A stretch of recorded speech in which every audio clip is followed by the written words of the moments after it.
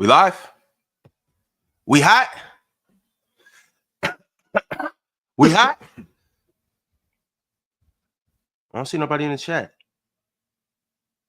What's going on here? Look, there go Cheerio in the chat.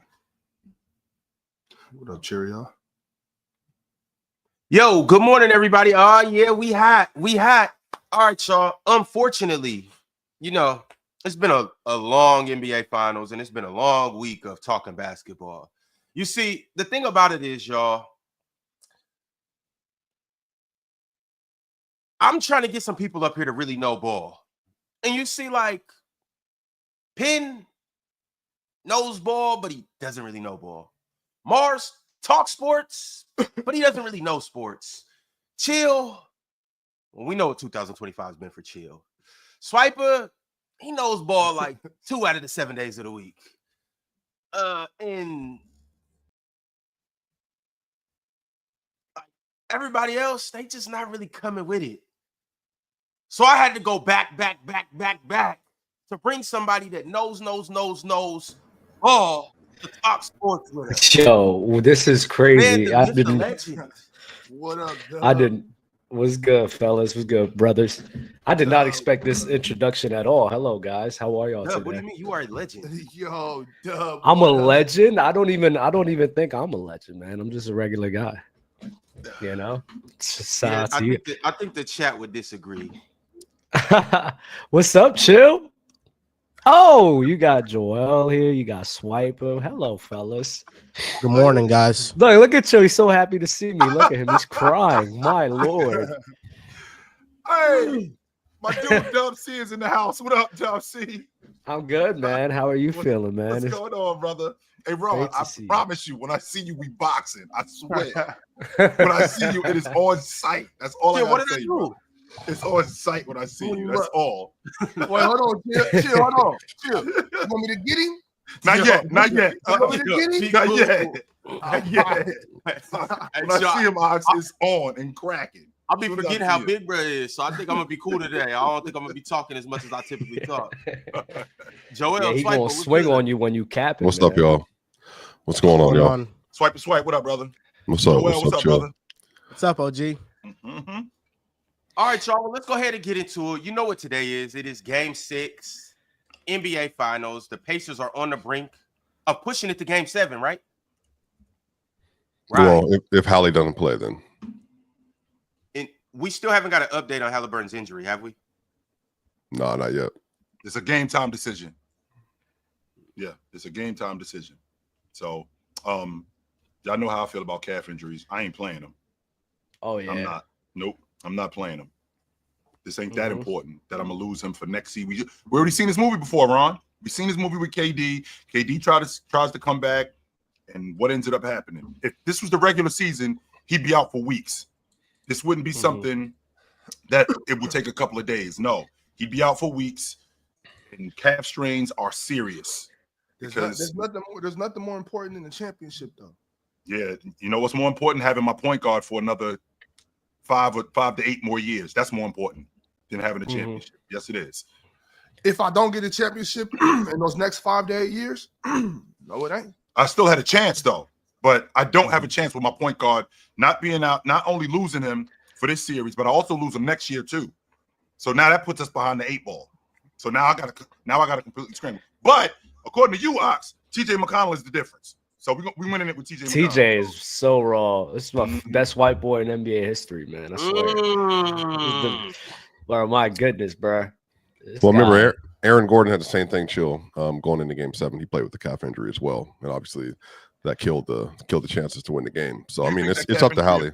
You think that calf injury affected his hamstring? Well, Aaron? Yes. Oh, Aaron was 50%. He was clearly limping, like after tip-off. Like, he was not the same at all. I think they directly wanted to read they lost the game, obviously. He just wasn't at all himself. So I think the thing with Hali is Hali doesn't have the ability to get by people consistently in the series, and I think that's been a really big issue for him. And I think creating space has been hard for him. So I do think that, like, him not being able to do I don't even think he's done a great job at it. Him not being able to do that would be I think be a big deal. So to your point, depending on his mobility level, I don't think he should play because I think he has the potential to hurt his team more than others because even remember Denver, they played a zone. Like they were just able to kind of hide AG a little bit. There's no way to hide Hali. It's just impossible. That's a good point. He controls a lot. He could do more damage than good. And one of their main especially strengths, since they got TJ anyway. Yeah, one of their main strengths is their transition offense. That's one of their main strengths, and he powers that. Well, if he can't run, if he's not nearly as effective, then he's going to hurt the crew because he's going to slow them down. He's going to slow Pascal Siakam down. He's going to slow Miles Turner down. So, yeah. And on top of that, I can't leave out the risk of him getting hurt again or worsening this thing. I don't want to underestimate that. I mean, that's a serious. When you got any type of leg injury, I mean, Tyrese he didn't even hit a bucket last game they played, right? So any type of leg injuries is going to affect your whole game, even your shot, right? Yeah. So it's like Tyrese is not able, that leg, that's serious, you know? So like you said, it could really hurt his team, especially if he's not able to knock the shots down that he's been hitting all postseason long, right? And then Swiper talked about being able to get by his defender and everything. Like there's a lot of power in your calf and then your quads to really do that, right? So it's like either way, your health and for the team, you got to sit one out. But I'm not gonna hold you. Like the Pacers, I mean, this is the same team without Tyrese. They were giving Boston problems last year, right? A lot of people forget that because they got swept. But it was every single year. Don't be surprised, man, if they could pull this out, man. At this point, you never know. I'm not gonna lie. With the Pacers, you never know what they can do. The series is over. I would love to see a Game 7. I would love to go back to Oklahoma City for Game 7 and see a Game 7 on Sunday afternoon or Sunday night. But I think this thing is over. I think that the separation came in Game 5. I think that we got the best effort that we could get from Indiana, but I feel like Oklahoma City has now separated themselves from them. Even though this is the first lead that they've had in the series, I think that they closed this thing out. I think that J-Dub is playing with a ridiculous amount of confidence. I think that their crew is playing with a ridiculous amount of confidence. And now with their leader and Halliburton hobbled, I mean, I think this is a prime time. As good as TJ McConnell is, I think this is a prime time to bury them, choke them out. Do not let them out. How many times have they counted them out? And then they weren't counted out. Real quick. We saw in the past couple of series the Thunder smell blood in the water, and they really finish out the series. Game 5 against Minnesota, Game 7 against Denver. But they were trying to do the same thing in Game 2 against the Pacers. They were trying to end it in the first half, and that led to a lot of turnovers, a lot of really good looks for Indiana because it just felt like they were biting on everything. They were going for everything because we want this game to be over going into the half. We don't want to give this team a chance to go up 2-0. Going back to Indiana. So that could be the same thing that happens tonight. OKC gets really aggressive. They miss shots. They give up a lot of easy baskets because they're biting on passing lanes. They're biting on blocks. They're trying to just have tunnel vision, whether it's Chet going to the rim, SGA going to the rim, J-Dub going to the rim, and that caused a lot of turnovers. So I don't think that this should be something to where we're just going to blitz Indiana because Indiana, with or without Tyrese Halliburton, in my opinion, can generate some really good looks. So if you're going to give them necessary opportunity after opportunity, I don't think that's the best scenario. Well, I think they remember, should go John, in, play their scenario, and carry it out. Sure, John. Now, what I don't want to say that it's over and it's going to come out in the first round and they're throwing haymakers. No, we're gonna still play the way that we play. But let's not forget, John, that in game 5, we had a 2-possession game. I think it was late in the fourth quarter. I think 6 or 7 minutes. Oklahoma City blew it back open, and they blew it back open by playing their game, turning the basketball over. J-Dub getting out in transition. SGA closing the game out the way he did. I mean, I think that that's the same thing that they do. We're not going to do, just because Halliburton's hurt, we're not going to now all of a sudden just jump on you more. No, we're going to still do what we do. We're still going to turn the defense up. We're still going to get out in transition because we are one of the better transition teams in the league. We're going to gang rebound, right? We're going to have SGA being the draw and kick guy to collapse defenses to get J-Dub in the game. We're still going to play our game. We're not going to deviate away from playing our game. It's just the fact that they now have to do more because their leader is off the floor. And I think that's an advantage for OKC. Yo, Joel, talk to us about how you feel about this game. And before you do, hi, Mars. All right, is all well today? Okay. Just making sure, just checking, Joel, how you feel about tonight's game? I feel like TJ McConnell has a chance to come in and make a big impact if Halliburton can't play. I just can't take Indiana winning this game if Halliburton's not playing. And I just feel like with his injury, it just diminished the chances of the Pacers. I think OKC has really found their rhythm. Last game, they forced a ton of turnovers. They had 32 points off of those turnovers. And I just feel like everybody's playing well. Chet's not playing efficiently offensively, but on defense, he's been elite. And then you have SGA and J-Dub playing at elite levels offensively. So I think the Pacers, I give them a lot of credit for pushing this series as much as they pushed it, because there was a moment there in game 4 where we thought that they were going to go up 3-1. This has been an incredible series for them, and I want to give major props to Pascal Siakam because he's been the only player in the playoffs that has actually been positive against OKC's defense. But overall, I just think that this injury came at the worst time possible for Indiana, and I think it basically takes them out of the series. Joe, how surprised are you at how competitive Indiana has been in this series? I had Oklahoma City smoking them in 5 games. I did. And I didn't think that this series would be nearly as competitive as it is. How surprised are you at how competitive this series has been? A meter to 1 to 10, I'll probably be like a 6, because I'm not surprised that Indiana has been able to get efficient offense against OKC, but their defensive adjustments to slow OKC down, and specifically Shea down, I think have been notable, and I didn't expect that. So I would definitely go 6. I feel like I did pick OKC in 5, but OKC in 6 kind of feels like that's the way it was going to go heading into the series. Fair enough. Yo, Doug, what was your predictions in this series? No, obviously we didn't get a chance to see you before the series, but what did you think was going to happen? It's just like everyone else. I thought, OKC was just a really good team with Shea there, and then Chet and the defense they have a lot of good role players.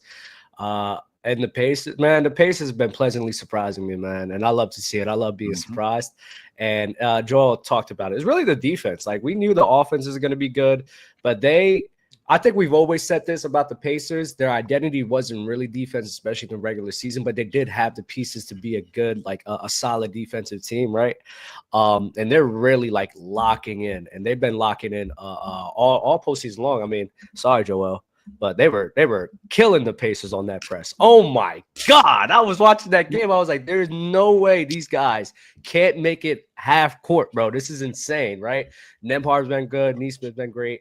Pascal has been amazing and phenomenal. And Ron, I need a portion of that right there. Salute to you, Arch. Appreciate you, my boy. Salute. But what's it called? Yeah, man, it's the defense is really, they've been really locked in. They rotate very well, and they've been really making it hard for those guys. So I've been pleasantly surprised, man. Pleasantly surprised.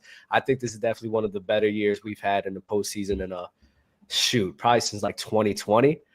And it's been awesome, man. I've been very happy with what's been going on. Shout out to Arch, not Arch Diddy, like a lot of you guys know and like.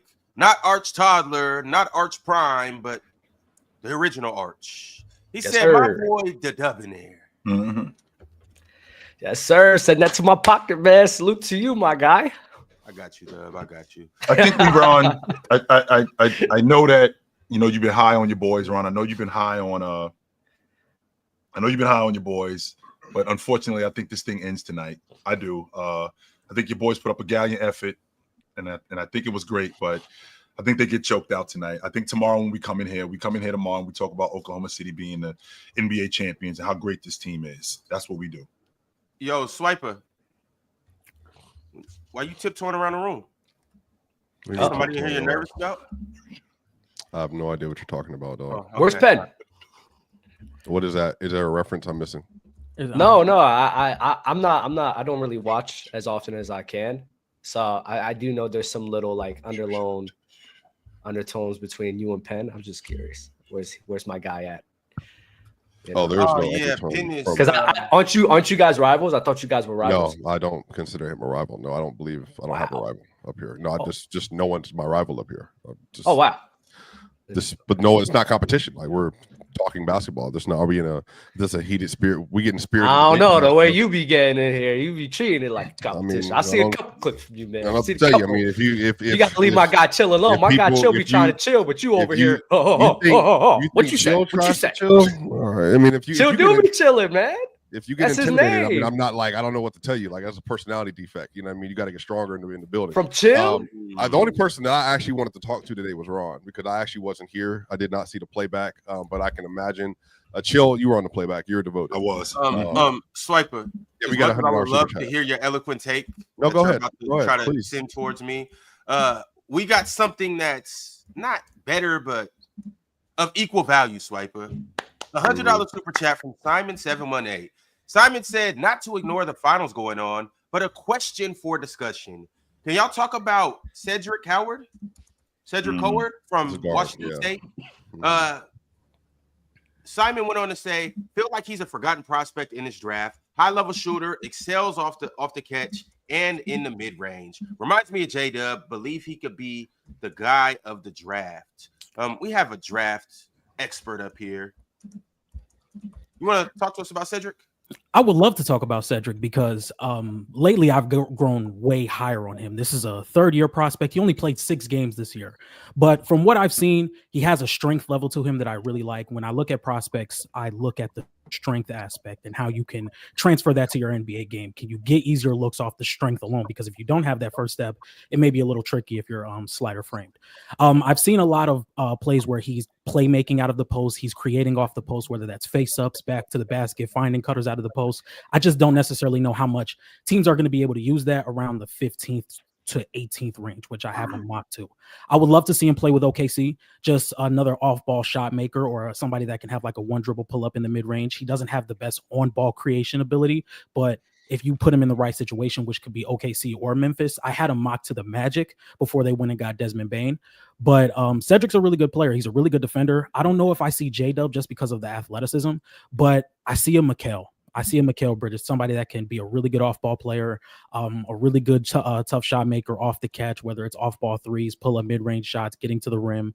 But I just don't see the on-ball creation that somebody would expect from him. And I don't think teams are going to come in just being like, oh, we want you to create on the ball. I would think it would much rather be more on the ball. So Mars, John, that's why I think he should have went back to school. I think he should have went to Duke and showcased everything that you said. I think if he would have went to Duke, I think he had the potential to be a top 5 pick next year. Yeah, so, like I think he has the frame and like what you would want from like a role player today, because we look at role players and they have to have layers in their game. You can't just be a defensive player and not be a positive or a neutral on offense. So he shows both sides, and the hype is there to where he's found his way into right outside the lottery, maybe right inside the lottery, depending on how teams feel about him. So I can understand wanting to go back to Duke, but then again, you just played 6 games. You don't want to re-aggravate an injury, and now you're late second round. So I think it's like, okay, I've already gotten lucky playing 6 games, and now I'm mocked to go top 20. So I could understand him wanting to go to the NBA. And if he plays with Memphis, I think that could be a really good fit for him. I think they develop talent really well. I think he fits next to John Morant and Jaren Jackson really well. Even OKC, he's in a really good spot to where he's mocked, 2 of some of the best developing teams in the NBA are projected to go there, and you can never have enough 3-and-D guys that can make plays offensively and defensively. So what's OKC's pick again? They got 15th. Memphis got 16th. That's where I have them mocked, 15 to 16. I can see him going high as like 12, but I wouldn't bet on that. I can really see him maybe around 14 to 18. Since we're on the subject of OKC, Mars, I remember you and I had a conversation, and I was thinking about the Miami Heat. Mars, what is it going to take to hand over the kid? I'm the Miami Heat, Mars. What is it? What is it going to take to hand over the kid? Because he's perfect for what we're doing down in Miami. Which perfect. Oh, you still? Oh my god! He still wants Topich. What's it going to take to hand over the kid, Mars? What do you even like about Topich? Do you just want him because he's on OKC? Like, no, do you I even want know him what he does? First and foremost, yes, I do. I do know what he does. He needs the ball in his hands. One of the better playmakers in the game. Still a little young, but he's got that dog in him. We can bring it out of him. Yeah, he definitely's got that dog. Why would he go to Miami? Because they need he got that dog in him. They need a lot of things. No, they don't. They got a 2-guard. Tyler Hero, straight. I'm sorry. I'm sorry. Out forward. And Bam, straight. Wait, do that again? Where? straight. All we need is a lead guard. All they need is a lead guard. So all we need is a compete lead in the guard. West or win compete in the East or win the East. Which one are you talking about? To do what? We already know how wide open the door is in the Eastern. I don't wide open. How is it wide open for Miami? How is it wide open for Miami? Are we sure Topic isn't the reason? How is it not wide open? I don't think Topic is I don't think Miami or Nikola Topic away from competing in the East. Nah, because I like this kid, Mars. He's good. He can be good. He can be good. I mean, I said yesterday, not many rookies come in and impact winning right away, and you're asking him to be the difference on a team that's competing. But just real quick, just missed how many teams do you think Miami would beat? Because you got Cleveland, you got Indiana, you got New York. I think if Philly is healthy, they can be a serious problem. You have Miami. We're not beating the Celtics without Jason Tatum. Like we're not doing Detroit. Detroit, another one. The Hawks. I mean, I was just about to say Jalen Johnson returns. That's a 20-10 guy. Chill, you love those. But y'all, the Magic. We didn't bring up the Magic. We haven't even said the Magic. The Magic not being the Magic either. Desmond Bane. Can we get back to the original question though? What's the question? Mars, yes or no? The real yes. You're really one of the worst hosts I've ever seen. On a scale from 1 to 10. He asked you, "Can I get the kid?" And the question is a yes or no. You're really just one of. No, he said, "What would it take?" Actually, so you're one of the worst hosts I've ever seen. What would it take to get the kid? But I don't. I don't think Miami. I don't think Miami are Nikola Topic away from contention. And B, I don't know what OKC's doing with him. So I don't know what the price is. I don't know if they want to see him play for them first. I'm not a big fan of the fit personally, but what kind of league guard do you think he is, Mars, in your estimation?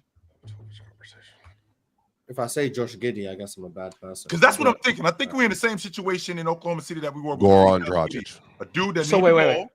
Hold up, chill. So you think that Josh Giddey's a good comparison? Yeah, I think in comparison, not in terms of players, but a dude that need the ball in his hands, a dude that can score the basketball. Mm-hmm. Not a great shooter, but a respectable enough. Well, Miami needs shooting. Okay, so I don't know how that lead guard fits because it's why really would just Hero and be a Duncan. good duo, by the way. That would be horrible. We could just box defense. We don't have to get into that one, but in my head, right? Yep. I mean, if Ware's playing and then Bam's the 4, then the 2 and the 1 really got to be good shooters to try to compensate for that. And with Topic, do they have to be really good shooters though, Dub? Because again, I mean, there's more than one way to skin a cat. We've already. The issue is they don't have an SGA, so I probably to solve they need. He is a good driver. Topic is a good driver. Definitely gets that driver. He has a good. I've seen on him, because they're just relying on 2 people. And 6'5". Just relying on 2 people. He's 6'5" and like 6'5" wingspan. You need more than that. Tyler Hero, Topic ain't gonna be the one to change it all up for him. Sure, if they were just to add him next season, that doesn't make them contenders. I do think that the Miami Heat have a good base to work with right now. I thought you was a fan of Tyler Hero. I'm a big fan of Tyler Hero. I was Mr. All NBA the first year. That's what I thought. That's what I thought. I agree, but I also am really realistic about what Tyler Hero and Andrew Wiggins and Haywood Highsmith and Taylor Ware and Bam Adebayo. You know what I mean? I know I'm and Davion Mitchell is going to be starting next to Tyler Hero next year. I'm very aware of the Heat situation, but I'm just saying that they're not let alone Topic.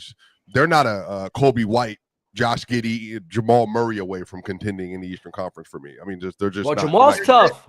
Maybe Jamal. They're gonna have to get a Jalen Brunson. If they had Jamal, I think they would. They'd be way better. Yeah, for sure. Jamal would be great. If they had Jamal, they can make a run. They can make a run in the East. Yeah, a run relative to we can get out of the first round. The East is wide open. Jamal who? Crawford? Murray.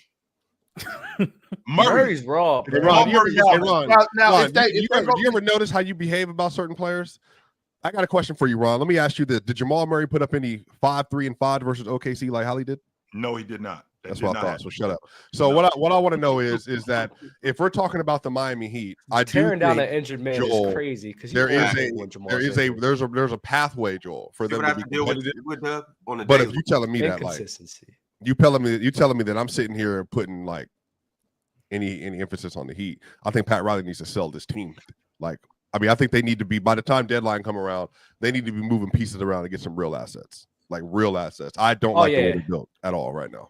Why not? I mean, first of all, because they don't have a chance of doing anything, Chill. It's a good base though, Swiper. It is. Starting point. If you have Trae Young, it's a good base. Like if you no, but a good starting point, right? So they have some solid role players there that they can move bunch of around. role players. I agree. Where if we get a star, right? All right, there's some structure there But where they can there's a bunch support of role that players star. in the finals right now. No.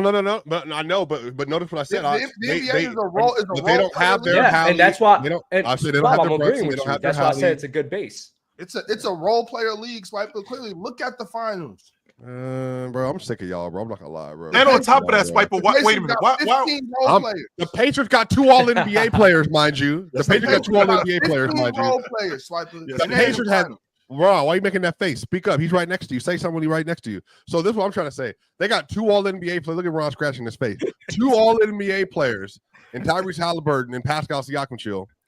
I think that's a little different. I don't care about something that people got voted on to, Swiper. All right, here we go. Anti-voting. Join the dark side. They're Join really the dark good players, side. Swiper. Yes, they're really good players, but they got 15 role players. If the Miami Heat are all a bunch of role players, the Pacers are role players. Shit, Bam and Tyler, Tyrese and Pascal. Tyrese a role player? And on top of that, what is this? That's not equal. What is Oh, no, wait. Tyrese is a role player? What did I miss? What is the John Cena? I'd rather have Tyler Hero than Tyrese Halliburton. Rank No those way. players, rank those players 1 through 4. Tyler Hero, Tyrese Halliburton, Bam Adebayo, Pascal Siakam. Rank them 1 to 4. Wow. Okay, I'll probably go Tyler, Tyrese, Bam, Pascal. You a Bam hater? God damn. You said Tyler's better than No, Bam? he said Bam and Pascal. I think You think Tyler Hero's the best player in the better than Tyrese? I think Tyler Hero's the best player in that 4. You know Tyler's the worst player at all. Yeah, you're a lot higher on Tyler Hero than I am. You are very high on Tyler Hero. Hero's tough, but man, he be missing too much for me to really. I love his game, but he don't be following through too much. But Dub, we talked about shooting. What's Tyrese? Have we seen guys improve? Like we don't know what Topic is going to look like next season. Oh, you're still on this? Hey, chill. I'm asking you a legit question. When is the last time you actually watched Topic wire to wire play something? Like I'm genuinely. I've never asked. Well, I've only seen highlights, so I can't even. I can send you some footage. I know John D. Seen highlights too. But chill. But I'm saying, but like, if you've only seen highlights, anyone could look good on a highlight. That's what I'm saying. Like, how do you? Arch got a super chat. The same thing I'm asking Arch. It's Topic. That's the same thing I'm asking. Where is this Topic to Miami thing? I'll agree with you. Wait. Right? Matter of fact, Dub, I'm telling you right now, 2012 a kill car to this Miami Heat team, Dub. Yo, what's happening? What's happening? Yo, bro. Listen, so to Chill's point, right? I think shout out to Arch again. To $100, the identity of who Topic is, right? It fits with the Miami Heat culture, right? But there's a lot more pieces that needs to go around for that team where if we acquire him, we need more than just him to really compete, right? So, but he definitely fits, like, you know, the hustle, you know, the effort and everything. He's definitely like one of those high energy guys, but we need a lot more than him than just, you know, to really compete. He's just not the difference maker. I've never seen Topic play basketball like a full game before. Neither have I. I like Topic coming into the draft process. Well, let me tell you my timeline on Nikola Topic. I heard 6'5" point guard from Serbia, 7-foot wingspan. Wow. Yeah. Okay. Let me watch this guy. Wait. One more time.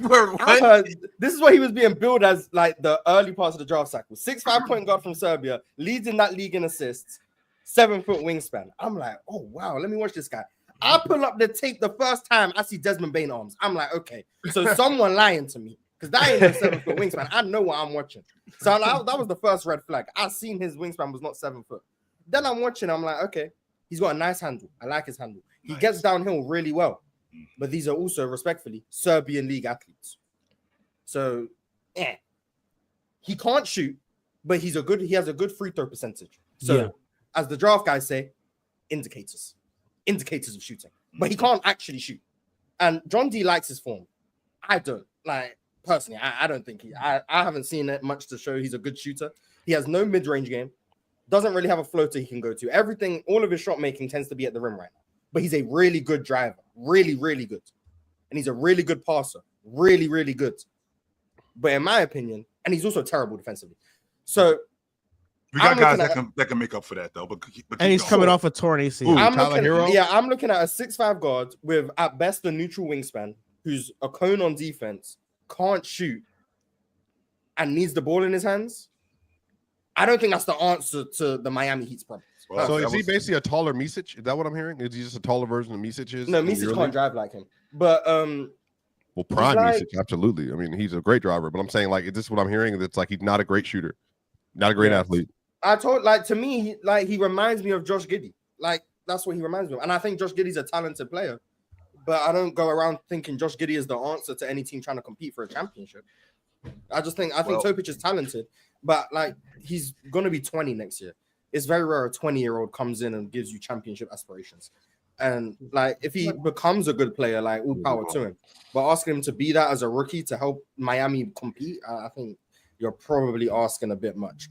But maybe he does come out and he just looks like whoever. I don't know, but I'm not as high. Hey, you never know. You never know. Yo, Joel. I need an expert analysis on what I'm about to do with this PrizePicks. So obviously, it's a chance that Tyrese Haliburton isn't playing, right? Yep. That's correct. Who do you have stepping up in place of him in terms of? I know Tyrese hasn't been scoring like crazy, but somebody else is gonna have the ball in their hands. So between TJ McConnell, Andrew Nembhard, and Benedict Mathurin, who do you think is gonna have a good game tonight? I think it has to be Andrew Nembhard. I feel like last year in the ECF, he stepped up when Tyrese went down, but I don't really trust any pacer against OKC's defense. If I was going the safe option, I would just take the more on J-Dub. He just had 40, and I think he's at 24 and a half. I would take the more on J-Dub. Eating y'all that over. Like, yeah, go ahead. Give me the over Neesmith's threes, man. I'm not gonna hold you. He gonna start pulling tonight. That and then TJ McConnell assists. Yeah, they're gonna put up every open three they get.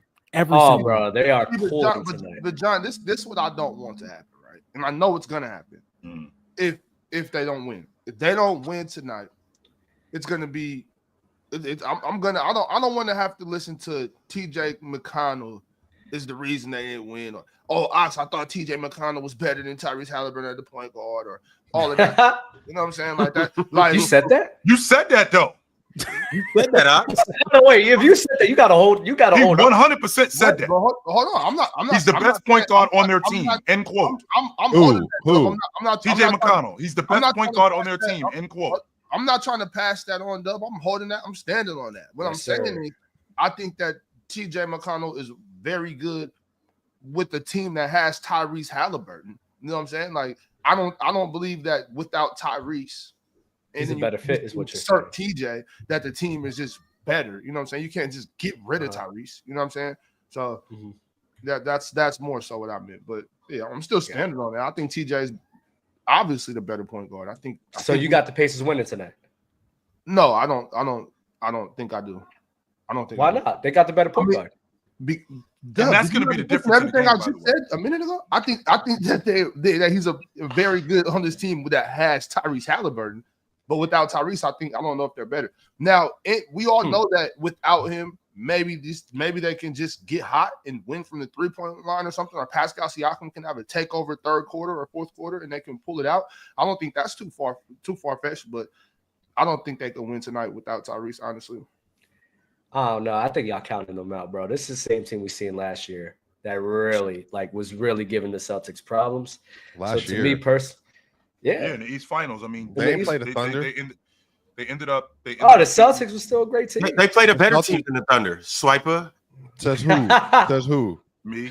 No, I don't care about Tatum. All I'm saying is, Swiper. Do you think they're a good team? They're a great team. The Celtics. Who's great?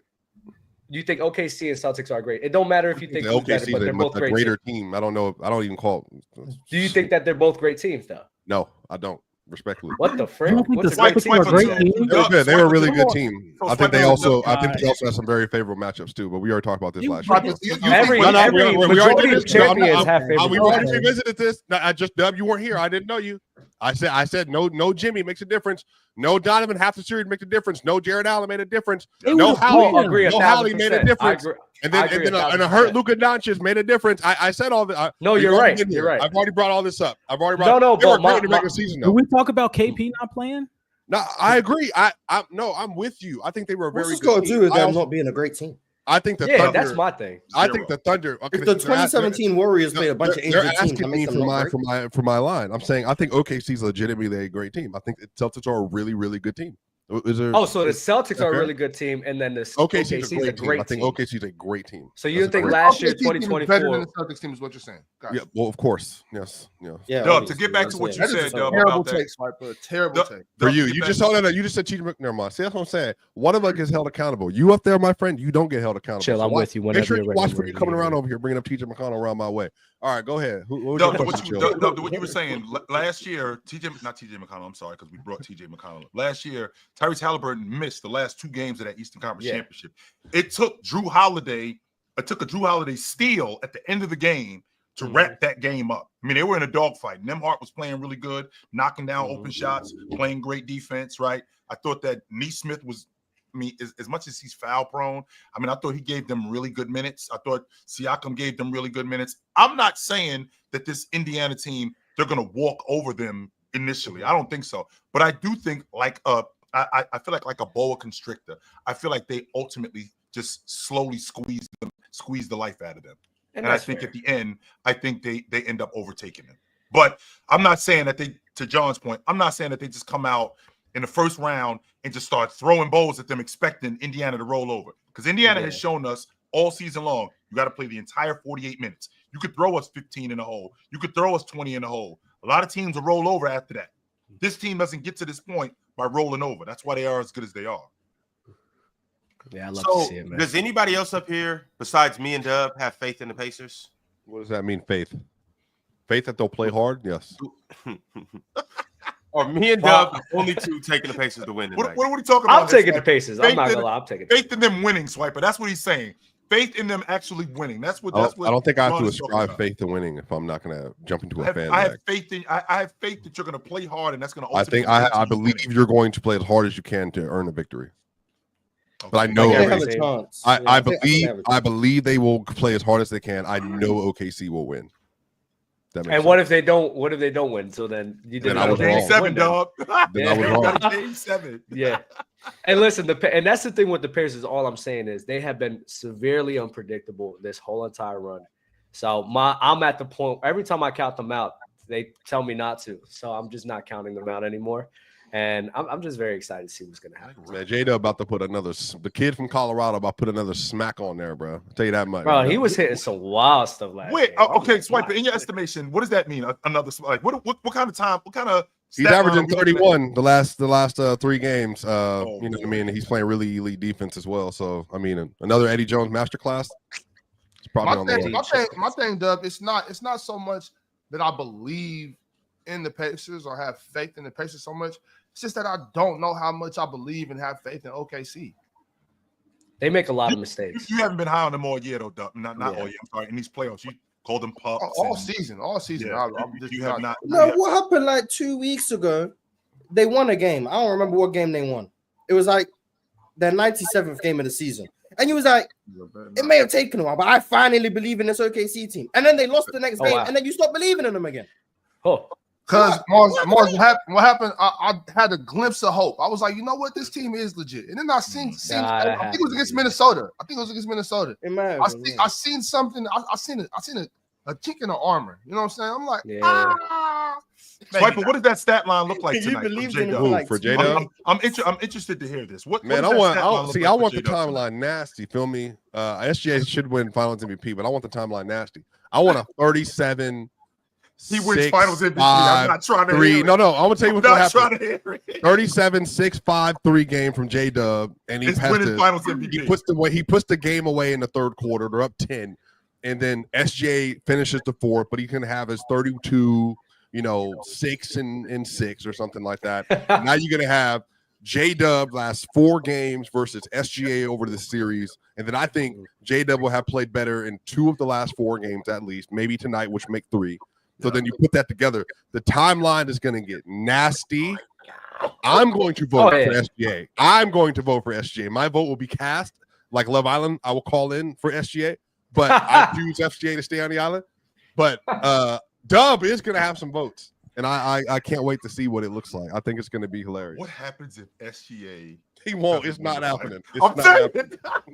But if you tell me 37, if you tell me 37, 6, 5, and 2 steals, and he's averaging 31 over the last 3 games, that'll be. They're not ruining the perfect season. It's going to be MVP, scoring champ, West MVP, Finals MVP. They're not ruining that. Yeah. SGA can have 12 points. I'm not gonna lie. SGA can have 15. To your point, 12 points tonight. You still gonna win it. It don't matter. Hell no. Yeah, they need the story. They finna push it. They definitely do need it. That's a good story right there, man. I think that's also a good story though. Like, let's say, because I think J-Dub, I think he might need a game 7.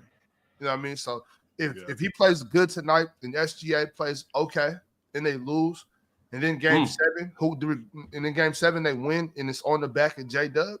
I think Oklahoma City does whatever they can to get SGA that Finals MVP. I think they do everything they can to make sure that happens. SGA will. That's kind of basketball formula, though. Well, to be fair, SGA was chucking at the end of the game, though. Like he does that sometimes. He's trying to get that. Annoys the orange shot. But Mark, he does look for the signature. Like he looks for those like step backs, like you know what I mean, like contested. He does. It's a step back and then that step in pull up, like off rip. I hate it every time. Like he's just rushing everything. I'm like, bro, your best spot. Bro, just get to your spot, do your bump off, do a little turnaround, do your bump off fade. You know what will be great though, Dub? Honestly, even better timeline for me personally, and then a really bad one for Ron. This is nasty. Pascal Siakam, 45 points tonight in a dub. 45 points tonight in a dub, which he could. To be fair, Pascal's been balling. Pascal, 45 points tonight in a dub. If we get that, Ron, I don't know if I'll be able to deal with Ron tomorrow. I really don't. Even though Ron's a Hali fan. What's he gonna say? It's game 7. Ron the same guy who said that everyone outside of Halliburton is bums on this team. Now he gets the. You said that, Ron? He 100% said that. I did not. Yes, I did say that, Ron. Matter of fact, we addressed it a couple of days ago when you talked about that Indiana team who is less talented than everybody, and Halliburton is the guy who's carrying this. I said they're bums. I've never called Penn is the only person that's disrespected Pascal Siakam on his platform. I've never. Maybe the exact word "bum" was not used. Sorry, I can't. He said less. You definitely diminished the rest of the roster and said it was Halliburton and He called them less talented. That's what he said. Oh, there was a TikTok about that. I think I've seen that. I've never seen that. You got caught on 4K on TikTok? Halliburton and friends. I'm pretty sure anyone who was around at that point. Can someone go find the clip, the TikTok? All my TikTok. I remember seeing that. I remember seeing that. I'm not gonna lie, Ron. Around what time? What time range would y'all give me? This would have had to been. This would have been sometime when Halliburton was playing well. Oh, y'all really about to go try to dig this up? Somebody. There's a chance. There's a chance you said it before Pascal was acquired by the Pacers. So there's not a chance, Mars. This was about a year and a half ago when we were talking about Halliburton. Pascal got there. Here's what happened, Swiper. Okay. We were talking about Halliburton when Halliburton was going on. Remember, we was getting 20 and 20, 20 and 18, and two turnovers and 1 turnover during during that part of the season. Not this season, but last year. And he was rolling. And then Ron was talking about where he was at the lead guard spot, and he brought in that they're less talented than any other team, and he's doing it with this less talented team. Ron said that word for word. And Joel, that was what was going on. And when your team winning, you see how they try to do you? They try to bring you down. What do you mean with your team? Joel, no, Joe. You're a Knicks fan. Matter of fact, I'm gonna tell you this, Ron. I've known Joe probably longer than you have. I met Joe.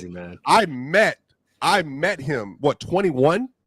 Maybe it might have been 2021. I don't think Jokic won an MVP yet, Ron. I remember I came off him and asked for an autograph. It was a better place. No, hush up. He was already a diehard Knicks fan, doing great work on the internet, making great content. You weren't, Ron. You've been 2-teaming polyamorous Ron since I met you. He's always supported Halliburton though. He's always. Hey, you see, I need a big one in here. Thank you, Doug. Yeah, from a guy that has been talking to Ron for it's been years now.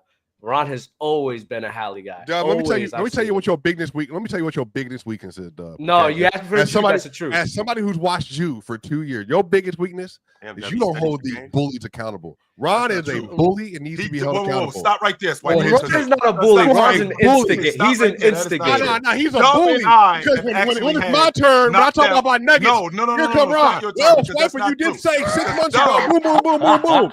Boom, boom, boom. That's new evidence that I haven't seen between y'all two. We got a whole Rockets, Nuggets Rockets thing. Are you sure the Rockets are better without Şengün on the court? That's instigating. That's instigating. No, he's a bully. But you're a bully too. You told Mars to hush up. Nah, man. You told Mars to hush up. He said the one He said the one was better. You said the one was better.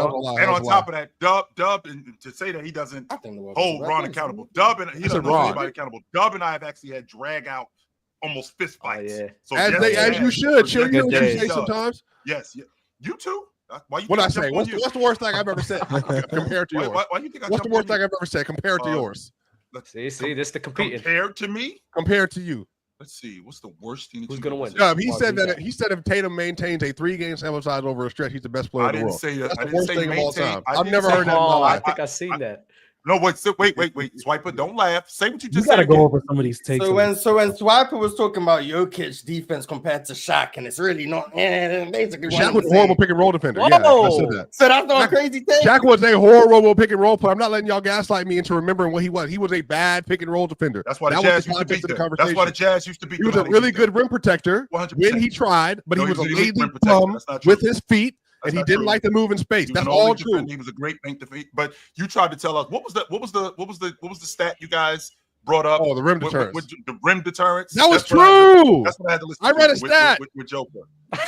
Stat manipulation is worse. Is this a manipulation? I read it verbatim. You can't go off of stats. Am I tripping? No, man. See, this is the thing. When Mars is being a kind human being, we get along really well. But when Mars is getting in his troll bag. When he gets into that deep troll bag, that Jalen Green is an all-star bag. It's a natural thing for him. Man. Disgusting. So I actually haven't trolled on this show in like maybe a month now. No, it's not been a month. It's been a couple weeks. It might have been a month. I don't know. Ever since I made that tweet saying I ain't trolling no more, it's been a Mars, you know I watch the show sometimes when I'm not on just to listen. I see you in the chat. So I can tell. I can hear you. I literally hear you talking. Yeah, you hear me? Chill's nice enough to just Euro it and doesn't allow it to go. Anyway, Ron, let me ask you this question, Ron. Let me set up the topic for you, bro. Ron, talk to me. If SGA, when he will, by the way, win Finals MVP tonight. MVP, Finals MVP, Conference Finals MVP. Don't do it. Don't do it. Scoring champ. Don't do it. And he'll have he was third, I think, in steals this year. I think third in steals this year, which is votes, and he got 11 all defense votes. Same as Giannis, mind you. Same as Giannis. Ron, will this be the best two-way guard season that we've had since 2000? Nah, fuck you, 09 Wade. God damn. Forget you, Wade. Yeah. First off, don't use that language. Don't use that language. That's what you said. I said MVP. What you're saying. MVP. Dwayne Wade wasn't a dominant player. Not like SGA. We know this. We heard this last year. 2009 from Jordan. Yeah, we heard this last year. Game one. So, hey, chill. Am I tripping? Would this not be in contention for the best two-way guard season we've had in the last 25 years? Probably with the accolades. He could sit at the table, but it's who's at the table? No one else has really done that. They've never really won Finals MVP. Chris Paul. What Kobe season are you guys? Chris Paul is definitely up there. I like Chris Paul for sure. I like Chris Paul's a great player. What Kobe season are you guys playing up there? 2000 to 2010. Just spinning around on a roulette wheel and just pick one. No, don't spin around on a roulette wheel and pick one. Yeah, if you start trying to tell me, hey, 07 Kobe two-way, I'm just disagree with you. Yeah, I think you got to like maintain the early 2000s. Better defender than SGA? That's what I was thinking. I was thinking 01. Yeah, he's a better defender than SGA, but worse offensive player though. Mars, Kobe was playing defense in 2007.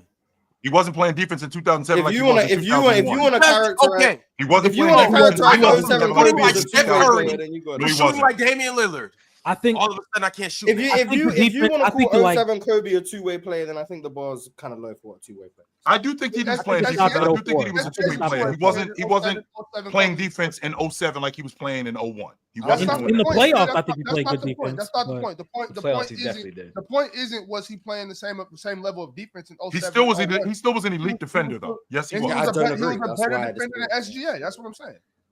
I think he was a better defender. But again, to be fair, what we're qualifying as SGA did it the whole season. Is SGA is a positive defender, so that's the bar. So I'm saying positive defending guards. Positive then the off. Conversation. Oh, okay. I think I wasn't saying. What I was saying is that I'm putting the totality together: elite offensive season, plus being Paul George? I think an above average defender, like for a guard, like an above average guard defender. So if we're only talking about accolades, so then Steph in 2016 wasn't an above average guard defender. Who? Steph in 2016 wasn't above average. Yeah. Well, I don't think maybe to his standards. I'm not gonna lie. To me, I think SGA is clearly the better defender. You'd be capable for Jokic a lot. Of course, Shea's a better defender than Steph. Dub, just want your first day here. Those Jokic slights aren't going to get to me. I'm talking about Shea. Stay on topic. The John D. You see, I'm living. I'm not even talking about Jokic. And here comes these just random bullets. I just want a level of consistency. I just want to know if Steph was above average. Yes, he was. No, I don't think relative to what I'm talking about. No, but I think he was you could say he worked in. I don't think he was above average defender that year. Okay, if you're not counting Steph, then I think the CP3 earliest season I could go to, even from an accolade standpoint, I don't think that a lot of guards touch Shea from a two-way standpoint in the season, but just from an eye test production standpoint. I think 2009 and 2010 Kobe Bryant. He finished top 3 in MVP voting each season. He was a first-team All-NBA defender. He finished top 10 in Defensive Player of the Year 1 year. And from 07 to 2010, they went 36-13 in the Western Conference, and they smoked the West. And that was one of the most tough Wests of all time. And he beat a super team Celtics in 2010 in Game 7. Well, respect Paul Gasol. Offensively, respect Paul Gasol, mind you. Respect J-Dub. Paul Gasol is amazing. By the way, Paul Gasol is amazing, but respect Derrick Fisher. And it was until they got Paul Gasol when Caruso, they took that lead. But in that 3-year sample size, Kobe Bryant in the playoffs was averaging 35-5, and Gasol was great. I mean, if they don't get him, they don't go to 3 straight finals. But the Lakers went to 3 straight finals after Kobe Bryant finally got an all-star to help him. So I think those seasons have to be up there from just two-way level of play and production. Yeah, he did make all defensive first team.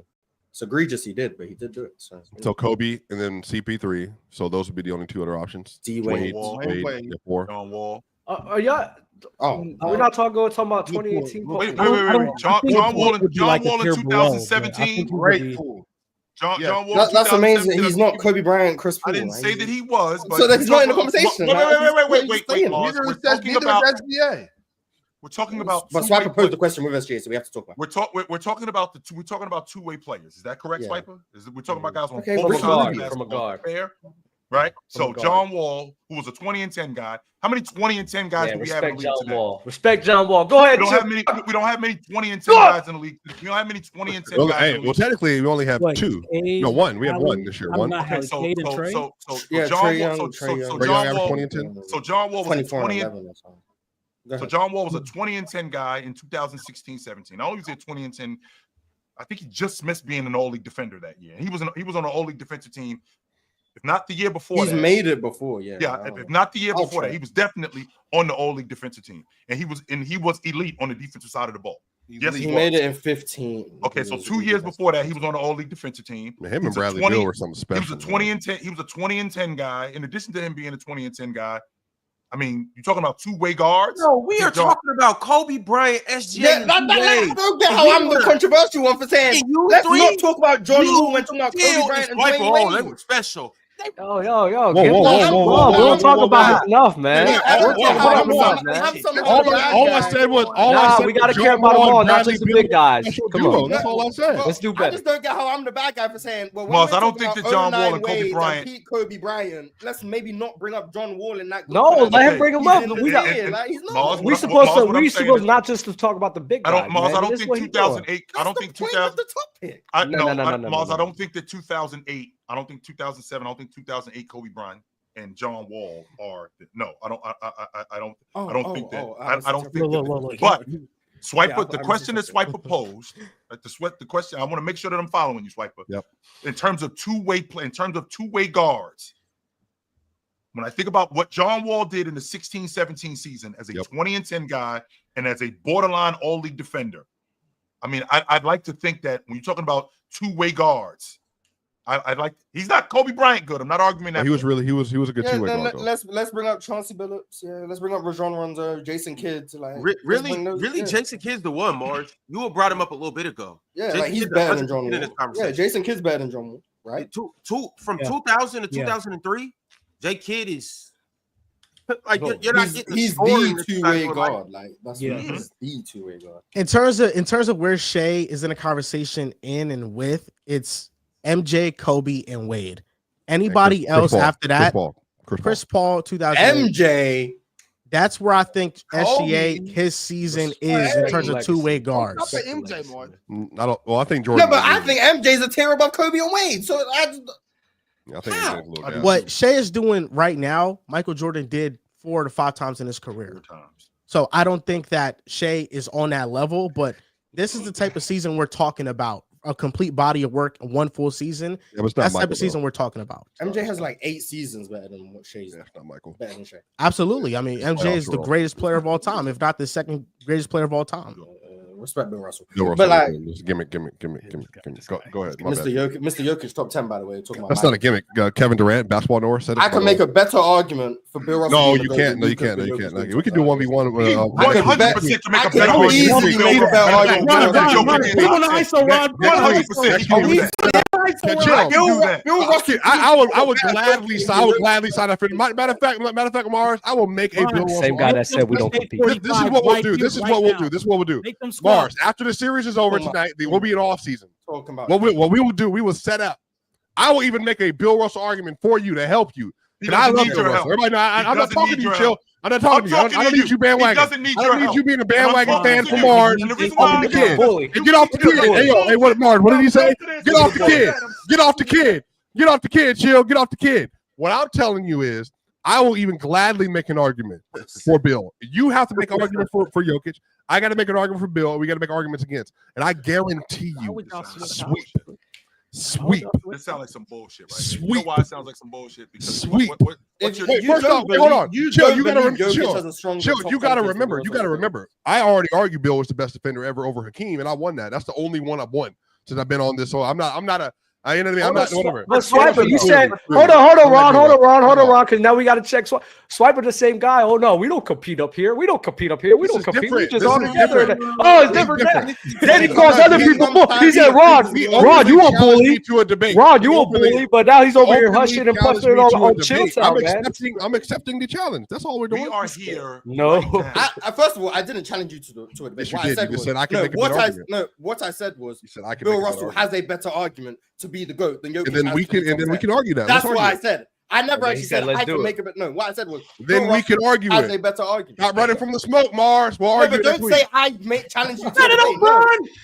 You challenge me to a debate. Get on, you little peasant, second round exit in the PCL both times. Oh, I'm with it. You challenged 100%. I'm not. I'll be very open with this. I am not. This is well known. Not a good PC debater. I get it 100%. So I've already debate me on. We've already been there. But Mars, this ain't no PC. This is going to be model, no bracket, nothing on the line. No, chill, stop it. No bracket, no nothing on the line. It's going to be Mars, Swiper, basketball information, no open live. As a matter of fact, no voting. I don't want no chat vote. I don't want no PC vote, no raw. Oh, whoa. Where'd it go? One is my bad. Y'all, this is around the time where I tell you guys about a beautiful app called PrizePicks. You see, on PrizePicks, you can run your game, control your game, and win your game. And the cool thing about PrizePicks is when you play $5, you get $50 back in lineups instantly. Yes, that's in lineups, ladies and gentlemen, when you use promo code PANEL. And the cool thing about PrizePicks is it's the NBA Finals. It's the WNBA season. It's baseball season. So it's so much going on with all these different sports and all your favorite players. And the thing about it is you can combine all of that into a nice little contest that PrizePicks will offer you, like this one right here on the screen. This one. There you go. And you can see right here, I had to ask my man Joel because I needed some expert analysis. And he told me to rock with Andrew Nembhard, more points. And then my man Dub threw me a lob with the TJ McConnell assist. And no, my bad. Joel, you said J-Dub points. Or that was supposed to J-Dub points. And Nembhard. J-Dub and Nembhard. Joel said the points and the Nembhard points. Yeah. Well, in culmination of all of that, this is how we got to this right here. Andrew Nembhard, more than 10.5 points. Chet Holmgren, you're just not strong enough yet. So we got you going less than 9.5 rebounds. J-Dub, more than 23.5 points. SGA, PRA, he's shooting for that finals MVP. His PRA more than 45, and TJ McConnell more than 4.5 assists. That's how we rocking today on PrizePicks. Also, tonight, you guys know what time it is. We will be on Playback watching Game 6. So y'all better pull up, show out for this, because I'm telling you, the way the Pacers are finna force this to 7, you're not going to want to miss this. And then after that, well, technically before that, we have something that I guess I'll be in the chat for this. And I guess you guys should too, but you see the look on Chillin' Ox's face. Something's going on, and they got to get down to the bottom of something because they're frustrated about something. I don't know. Maybe Chill wants a new host. Maybe Ox needs Dub back on Open Gym. I don't know, but we got to pull up to episode 120 of Chill with Chill so we can figure out exactly what's going on and why Halliburton's looking like that. And last but certainly not least, ladies and gentlemen, I've been waiting for this day all my life, I feel like. Next Friday, it will be the first Chat Awards.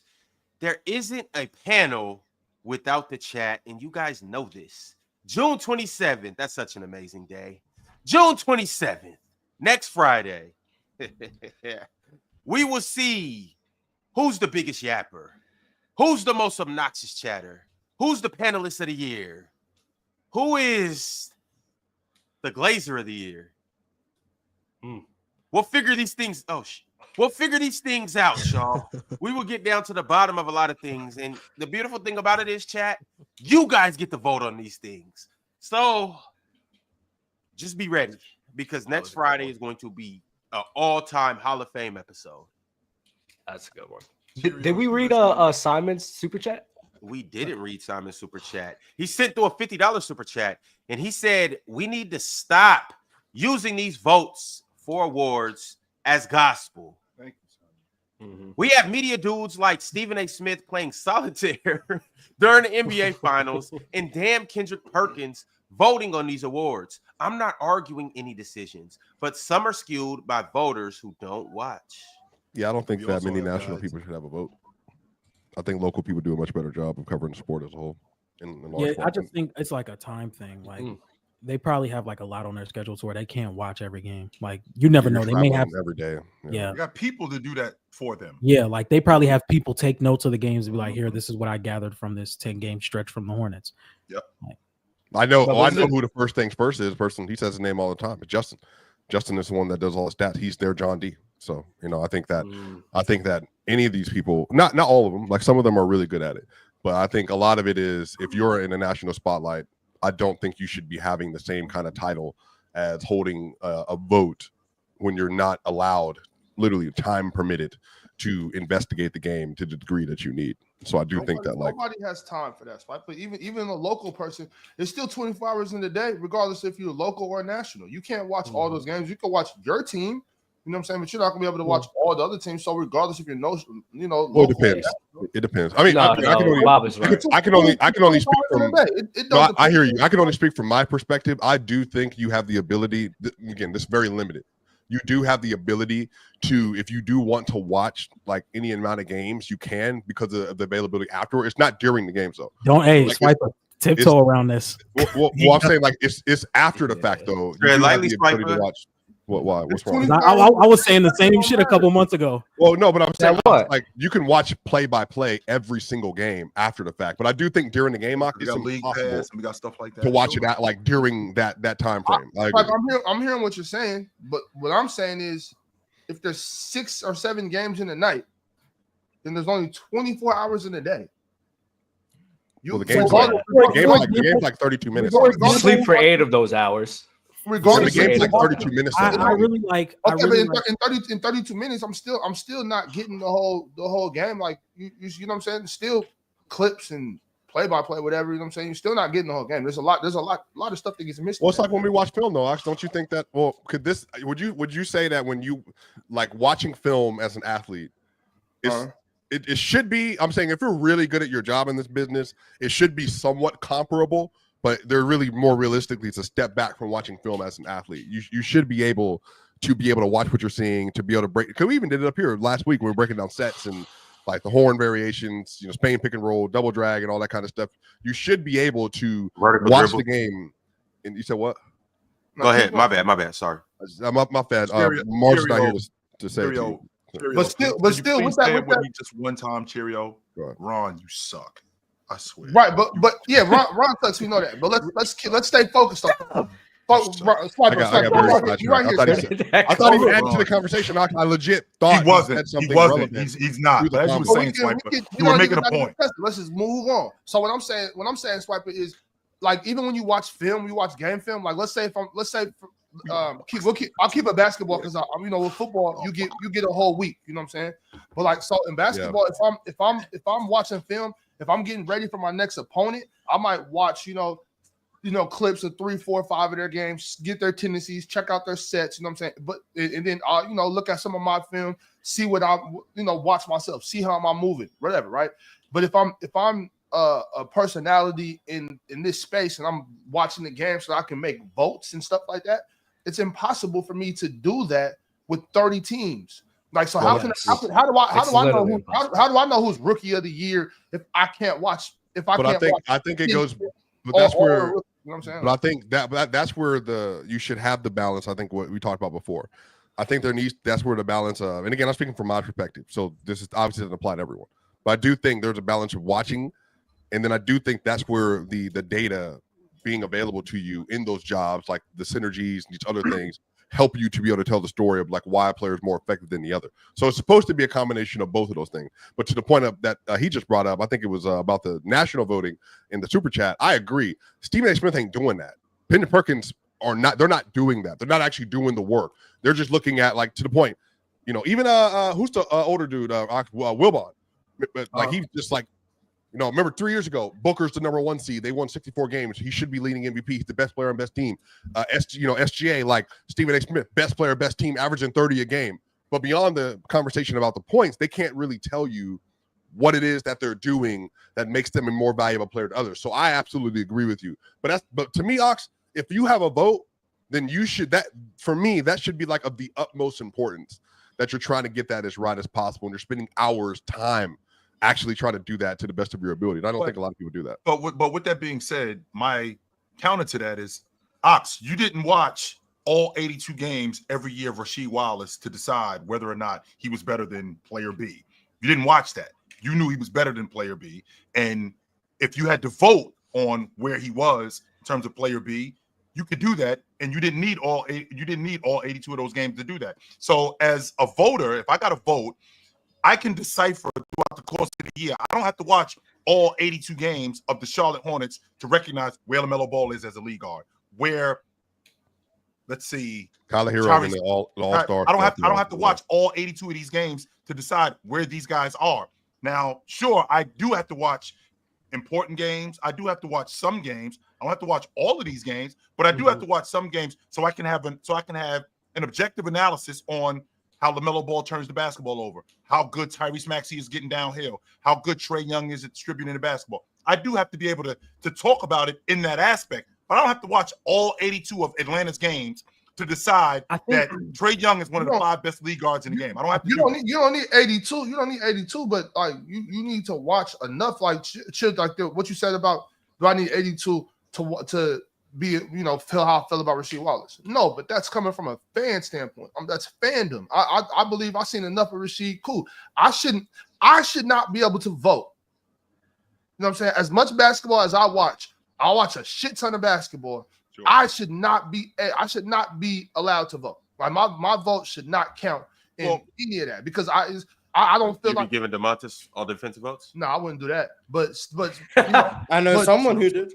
But I don't think he should have got those. But what I'm saying though, Chill, is like I think like what Swiper said, I think that you should be able to devote more time. You should be able to dissect more games. You should be able to watch more intently than highlights and play-by-plays and stuff. And that's why, with that being said, I think the voting should be taken a lot more lightheartedly. Like, yeah, it's cool you got the award, but you know what I'm saying? Like, do they really know? Well, I'm saying we could let the computer do it though. But we do have a computer. We literally have computer systems. Oh, so then it would just be based purely on stats. No. Well, that's what I'm saying. Like AI awards. Well, no, baseball's that's what baseball is though. Baseball is already the analytics. Baseball's not basketball. I agree, but I'm saying like we could take away the E if we wanted to. But and Chill, last point, and then please go after this. I had a whole argument, Chill, the other day with somebody, and I actually think this goes to watching the game and understanding the game. I argued this with somebody the other day that led to them shouting and all kind of stuff that Julius Randle was a better offensive player this season than Alperen Sengun was, despite the fact that Alperen Sengun is like known as this offensive hub and all this other stuff. Joker, that's like, what they call him. Exactly, but Julius Randle was clearly better, like as a post scorer, post passer, playmaker, connector, shooter, jump shooter, all that stuff. But I think that is for a lot of people. That's not they don't like that take. You don't like Julius Randle, number one, but then number two, because of reputation, Julius would not carry that into a conversation, and people would be like, I can get with that. And so I think that's the point. I do think you need to watch basketball more, take your bias out of it more. But again, it's almost impossible for people to go ahead. Nobody. I think you guys are approaching this conversation. Most people do.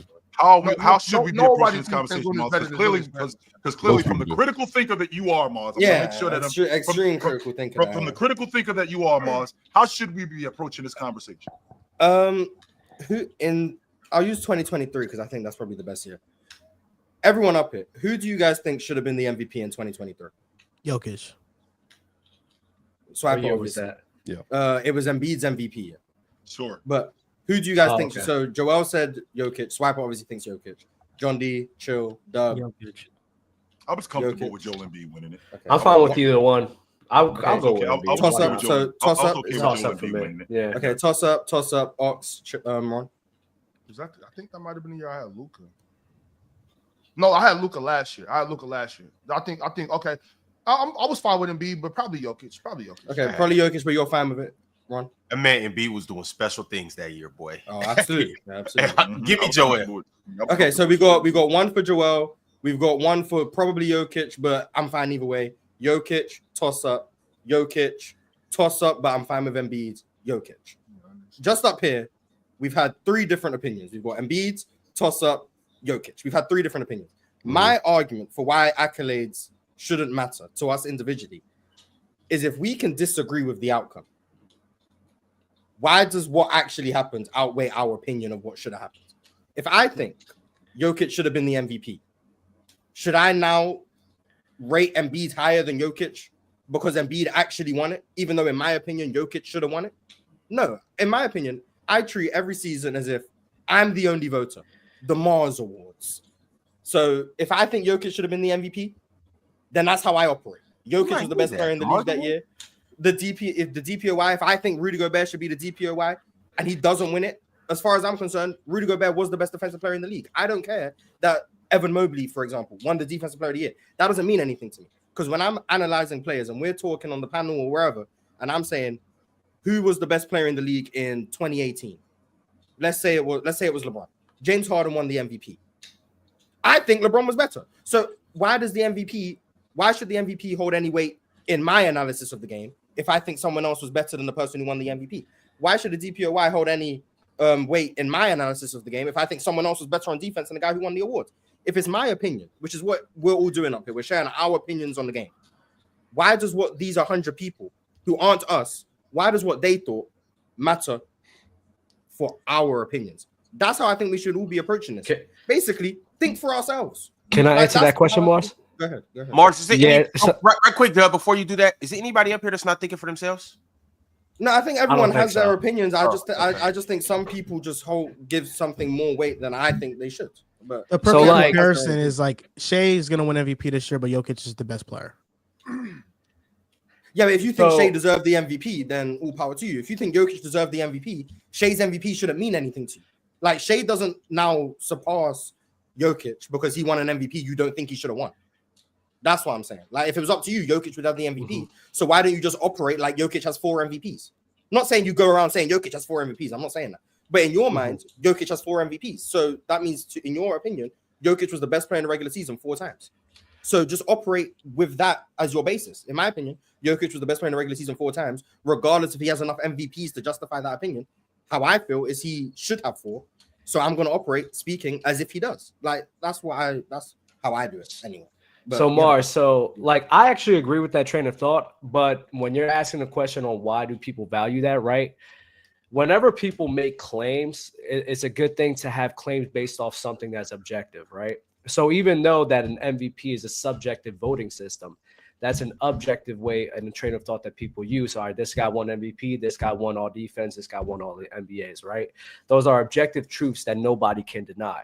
So especially in, logically speaking, when it comes to principles, identity, and then a contradiction, when people are trying to decipher, all right, player A being better than player B, they use those objective facts to come to those conclusions. I agree with your thought process of it really don't really matter to me, especially when the voting system is subjective in itself. But when people are having these discussions on these players, and again, so now we're going to circle back to not having enough time. Nobody has enough time to watch all the games for every single team. We just got to be honest. No one does. You could be jobless right now. You still won't have enough time, especially if you like football or like another sport too. You do not have enough I watch. time. I'll push back on that 100. I watch all the games on football. I mean, that's not even a question. Football and basketball. No, I mean, no, basketball. Yeah, but there's 17 football for sure. Yeah. Football, you have every game for football. I'm lying. Yes. Yeah, it's the swiper. Football is kind of different. That's easier to do, but especially when you start. Games. I won't be watching Steelers games. My point was swiper. Wait, the games playing at the same time. That's very hard to do. But anyways, that's literally. Y'all not have YouTube TV? Like y'all should. NFL. Different combo. Boom, and then chill. There's another TV. Boom, boom, boom, boom. My humble opinion, if you have 4 different games, if you have 4 different games on, like there's no way you can pay attention. I'm a regular NFL fan. By the way, the NFL has the best post-game tool of any league. You can watch all 22. I can hardly, if I have 2 games on, like NBA League Pass split screen, you can barely see what's going on between those 2 games. You're not about to tell me you can have 4 different games on, and you can tell me everything that's happening. You can tell me the broad scope of what's happening. You can't analyze what's going on. I think the NBA does like a really good job of just like making it easier for you to watch more games because they do like possession games. Like they do, they break the full game down into possessions to where it goes from a 2-hour experience to maybe like 40 minutes. Or they can be like, okay, I want to watch Alex Sarr rebound, or I want to watch him assist, or I want to watch his minutes defensively. You can do that as well. So it makes it a lot easier for you to watch and analyze some of the players, but you still do have to watch like the full game. Yes. And it for me personally, I will always try to find 1 to 2 games to lock in on every night. If I miss the Hornets versus the Nets, I'll like look at the box score, see if there's anything interesting to watch. If I miss a game, I miss a game. I'm not stressing myself out to watch every single game. That's really hard to do. It's just really hard to do. And if you, I do what I can. I'm sorry, Doug. So my point to that, where the reason why people base these opinions off of these voting systems, because that's really the only objective truths that we could come to, because then it's left up into interpretation. And then we're having discussions on, okay, I think this guy's better in this best case scenario, right? And there's a lot of subjectivity and even contradictions to that, because a lot of the reasons on why we could value one player for someone else, that same train of thought doesn't apply to everybody, right? So the accolades and everything is just an objective baseline so people can really have these discussions and have these conclusions, right? Because without it, I agree. I think the best way to do it is come to your own conclusions, watch the game for yourself. And just because somebody won 10 all NBA defense doesn't automatically mean Tim Duncan and Rudy Gobert, perfect example. 4 DPOYs, Tim Duncan got none, but Tim Duncan's a better defender, right? We should be able to have that, but I don't really look at the other side as necessarily wrong for doing it because they are basing it off of objective truths that you just can't deny.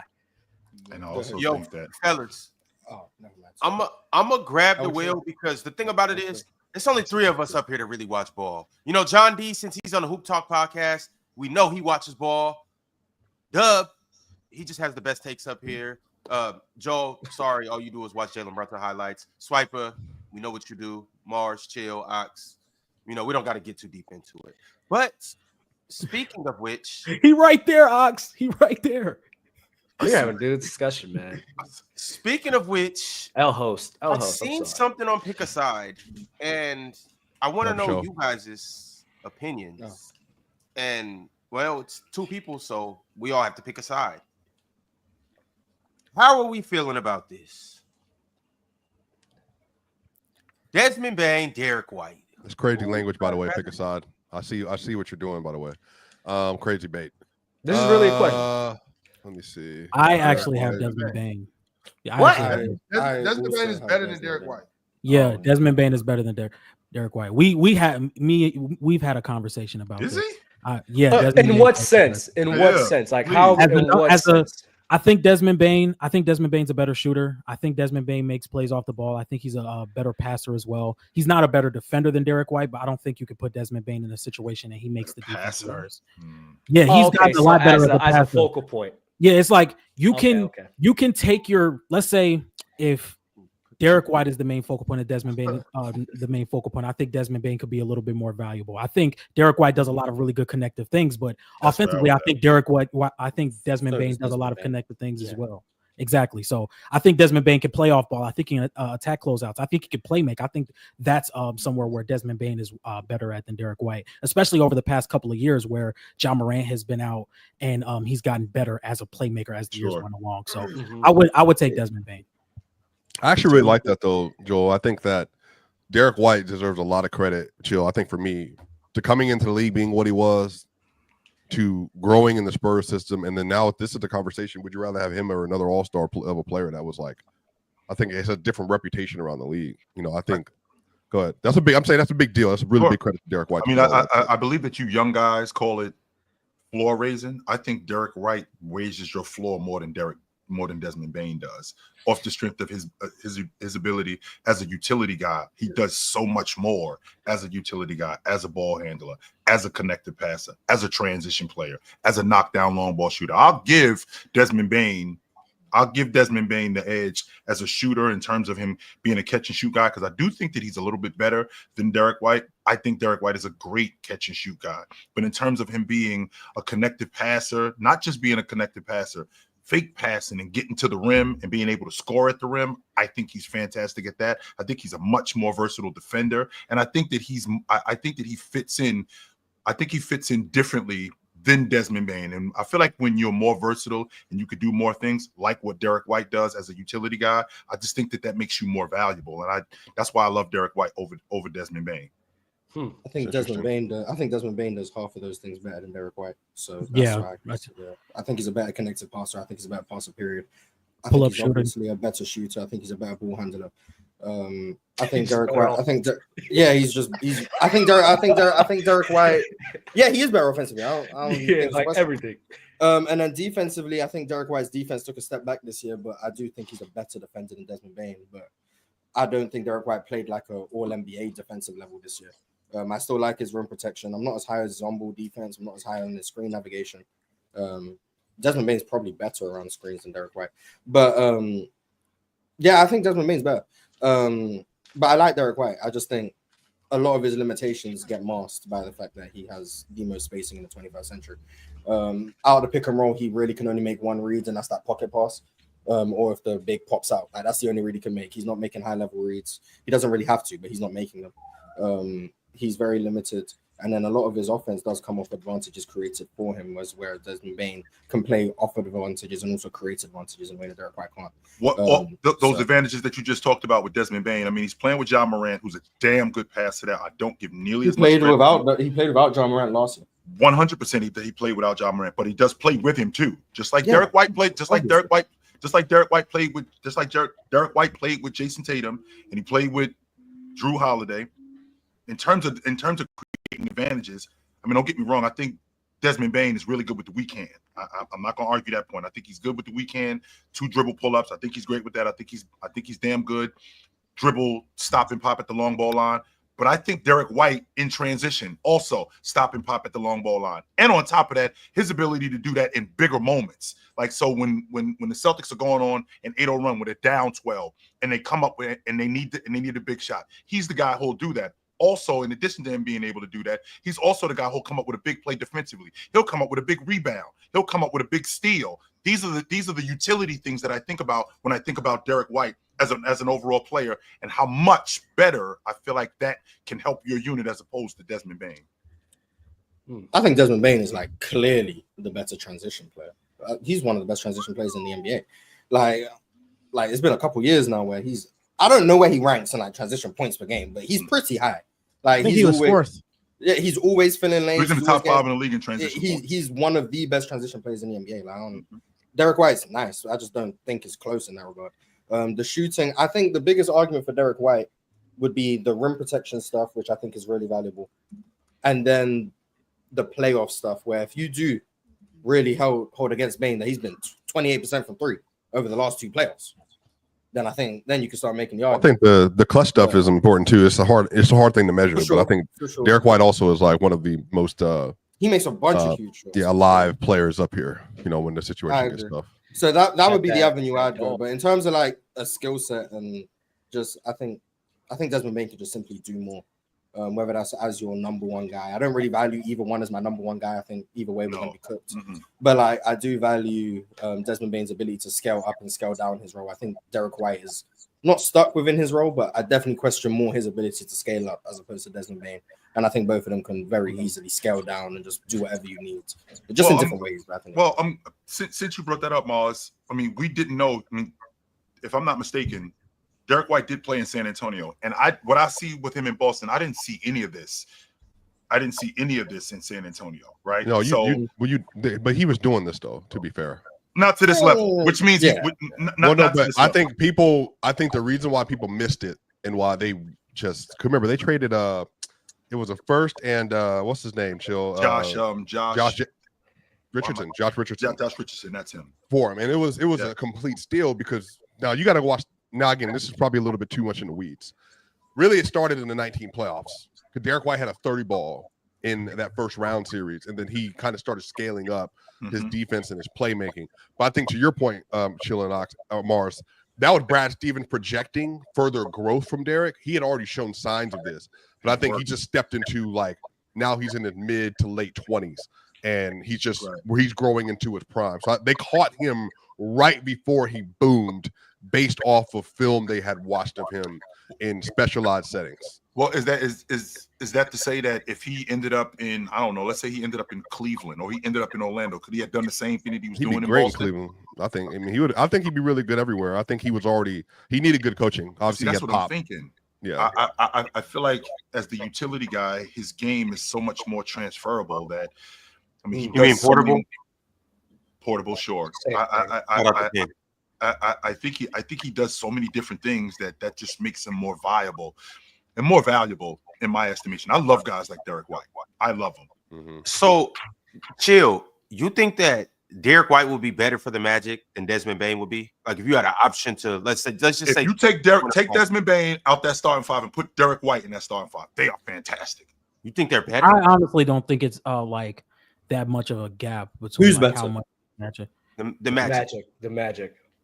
You swipe Derrick White. And take Derrick White. We haven't seen Desmond Bane play there, but if you could choose Derrick White over Desmond Bane, to be completely honest, I think with that I think that Boston offense would be like the best offense in the league. With I think the hypothetical is like if Bane was on Boston instead of Derrick White. I think Bane's better both teams. I think Bane's better in Boston than Derrick White. I agree, Mars. So I think the he's better exact than stat Derrick. with Desmond Bane is that he shot 48.5% from 3 in transition. That was third amongst 49. 50 players that shot near that many threes in transition. So he So, was Mars, elite. you think He was elite. I'm a little confused here Mhm. because I know how you rank, and it's not really about the number one guy. Me personally, I think Bane is better for a lot of what you said. I just think he's just a better all-around player, especially offensively, and you could do more with that. But especially, I actually thought you guys would have went the other way because especially I don't really see him as a first option. I don't really see him as a second option. Maybe that's shaky. But then I would think in your head as a third option, right? Where now we're thinking about plugging into Derrick White and then the Desmond Bane. And me personally, like as a utility guy and everything, he can have the ball in his hands, not really too much, but he does so much defensively. And a guy that don't really need the ball in his hands and also can do something with it is something very valuable as a third option because there's at times where they can rely on you on big shots. And then you're still doing so much defensively, especially even like a big reason that they're able to play small balls because of Derrick White, right? Yep. So he's a big value to that. So in my head, I was assuming that you would have picked Derrick White because to me as a third option, offensively, yeah, Bane is better. But does that really matter when you're on a team with two other guys that's going to do those things offensively? Yeah, I think Derrick White's better as a third option. So yeah, I think I said it maybe in my little monologue. I said I don't care about either one of these guys as first options, even though I think Bane was better. I think Bane in a scaled down role is still better than Derrick White. I think. I don't know. Yeah, I think that's more of a question. I can see the avenue for Derrick White. I think the rim protection is the big bonus point. He does offer you that flexibility that Desmond Bane doesn't. But I still think the ability to do things I think is becoming more and more valuable to have more guys who can do things with the ball in their hands. And I think Derrick White is not as good as Desmond Bane doing that. Whether that's driving off a closeout, whether that's playing in transition, whether that is shooting off the catch or off movement. I actually think Derrick White is probably a better pull-up shooter than Desmond Bane. So like, but my question is, why is that really necessary when I have a guy that we're not going to rely on that anyway? So we have a guy that can do that. It is necessary to an extent because, again, we don't want to take the ball away from other guys, right? We have our first or second that really need the ball in his hands. So I think the perfect thing, especially on a team like that, is a guy that can do it at times because that's not going to mess up his own rhythm, right? Desmond Bane is great, but I'm not really sure how. Again, we haven't really seen it like that, but I'm not sure how he would handle a role where, all right, he's really got it to not. You're not the second. He was the third guy this year behind Jaren and John. He's been the third guy. Jaren and John. They gave Jaren a lot of on-ball reps, a lot of isolations. He played a lot on the ball more. He played way a more. lot it was definitely. And then they gave when John. I just like him more as well. I just think Derrick White in that role is just definitely just more value with that because then he's not. He really doesn't take away from anyone's game. You could just pull him in. I'm not gonna lie, you pull him, put him anywhere. And Desmond Bane's similar to that, but I really believe White is just a better fit for that. The disagreement is you think Desmond Bane's not as suited to that role as I do. That's the disagreement. I still do value. I'm less so. Do I think you can win as my number one? If not, then I only care about you as a number two. You're still doing that? I've pivoted away from that slightly. It's still like, okay. This who's the better player? Yeah. So wait, Draymond or Melo? Draymond or Melo? What you got? Melo's a better player. There we go. I think I value what you can do as my number one. I do think we're at a point in the NBA where I believe there's a lot of people who can win a championship as your best player in the NBA right now. You just have to build a team right. I think personally, I value that, and then I value how can you scale up and down. So scalability, I guess. We got portability the other day, scalability. Like that's something I value a lot. So how does your skill set mold with different personnel? Desmond Bane, I think, can scale up to a way that Derrick White can't. Desmond Bane could be your focal point of an offense for a prolonged stretch. Now, is your offense going to be elite? No. And that's why I don't think he's an upper echelon player. He's not a. But then the other side of the ball with defense. I mean, I think Desmond Bane is a better defender than I think you do. He's not Derrick White. Desmond Bane's a good defender. I really like Desmond Bane as Desmond Bane as a screen navigator. I really like him as a team defender. I think he's very aware. I don't think he blows assignments very often. I think Derrick White as a rim protector is the best rim protecting guard in the NBA. Unless I'm forgetting someone. And that's so valuable. Extremely valuable. That's so valuable. That's the thing. Yeah, Caruso, Jaden. Yeah, he's up there. Okay, so you have like 3 of them. He's really good at that. But then on the ball, I think he's taken a major step back in this past year. I don't think he's that good of an on-ball defender. I think his most value comes from his stuff away from the ball, which is great. But when I talk about scaling up and scaling down, I think Desmond Bane can also scale up and down, whereas Derrick White, I think, is only really scaling down. Like, you can have Desmond Bane, Derrick White is your 4th, 5th best player, and he doesn't really take away from him. But you can't ask him to scale up. Desmond Bane might not be. Why would you have Derrick White scale up? We see him scale up a couple times. Yeah, that's what I mean. I've seen Derrick White have good games, but that's not scaling up. But here's the difference, Mars. I think that you're just looking at Desmond Bane. I'm sorry. I think you're looking at Derrick White just from the aspect of him being on the ball, like the other stuff that he brings to the game, like you just mentioned, as a rim protector, as a rebounding guard, like how big of a deal that is. That's a big deal. Where I'm grabbing 8-9 rebounds in the meat and potatoes of games. I'm not going to get that from Desmond Bane. If I can get Derrick White to switch onto a bigger guard or to a small forward and get a couple of stops, that is scaling up, because now I'm using him as a utility guy and I'm using him in a space where I don't have that on another unit, right? So I feel like, Joel, when I think about both Desmond Bane and Derrick White, and Swiper, you're a football guy, maybe you can appreciate this. I think Desmond Bane fits more in Orlando because he's more of a 2 guard. Like, I think about football when I think about I got a thrower and then I got a dual threat quarterback. And I feel like Derrick White is more of a dual threat quarterback as opposed to Desmond Bane being more of a pure thrower, just a guy who'll sit in the pocket and throw, and that works for that offense. And I feel like Desmond Bane is that in Orlando. I think you're underselling his versatility. I I also think Desmond Bane's a better rebounder, but I don't know. Oh yeah. Like, I think he makes up for Jaren Jackson's deficiencies a lot. Him, Edie. I think they do as a unit, actually. Yeah, but I don't know the averages. If someone wants to check, I'm pretty sure Desmond Bane averages more rebounds. I think he's a better rebounder. And talking about Derrick White and like his scalability, what are your guys' expectations for the Celtics next year? Because Jaylen Brown now has to be the number 1 option. Derrick White has to be the number 2 option. If Porzingis gets traded. So, like, what do you guys expect Boston to be next year? We actually were just talking about a 6 seed, maybe somewhere in that realm. I still think they can make the playoffs. Yes. Yeah, I think my guess would be around the 6 seed, maybe even higher, depends on how much they really try to like stay afloat in the regular season. Like, I think they could push like a 4. To be honest with you, Swiper, I hope they suck, because the reason why is because they should have sat Jalen. He should have got the full surgery. I want them to suck, because what's going to happen is they're going to end up, to your point, with the 4th or the 5th seed, and then this Jason Tatum logic is going to come back that, all right, we get Jason back, we're going to try to contend. So you want them to suck all for an agenda?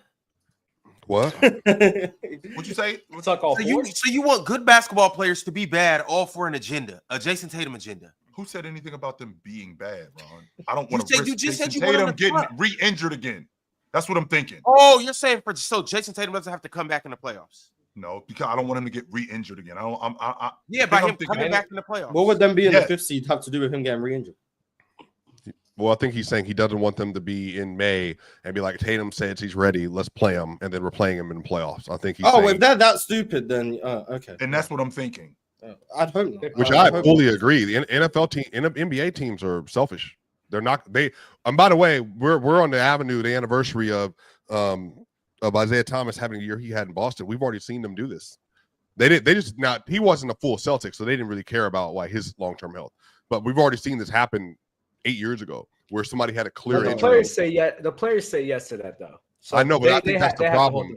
Jaylen Brown said yes to the surgery. From yourself sometimes. Jaylen Brown said yes to the surgery as well. Jaylen Brown got his part of his meniscus scoped out instead of getting a full repair because you're back sooner. I think that's dumb. I think he should have waited to come back until December. They should suck. Chill's absolutely right. They have a whole chance to have a dead year and to get a real draft pick in one of the best drafts we've had. They have their pick next year? Yes. I think they do. I believe they do. The issue, every year, one of the best drafts. I heard this year was one of the best drafts. Well, it is one of the best. Well, no one said that about last year's draft. So it's not 21 ended up being. Why is it ridiculous to think that next year could be an awesome draft? Chill, give me 10 prospects. There's been a lot of good drafts. Chill, give me 10 prospects. I don't know, but I'm saying, Ron, why is it ridiculous to think draft that we've ever seen? You wait for John D to leave. You wait for I can do it. I can give it. Yeah, I can give you all the prospects. Now what, Ron? But even the top three, We open up the notebook. What draft is better, this year or next year's draft? I think he slipped. This year or next year, I'm not too deep into next year's draft. I know about 7 prospects. Oh, fuck you, John. You could have got 3 more. Okay. Here we go. No, in 26, I'm just not there yet. I'm focused on 25. But hold on, Ron. Not enough time. Give us some time. I think Swiper, if you could play, you should play. I think for Jaylen Brown, for your meniscus, it's not a part that just gets blood. You know what I'm saying? So it's like when they say when you get your meniscus repaired, it's more than likely going to tear. So it's it's better. They say a lot of times it's better just to clean it out.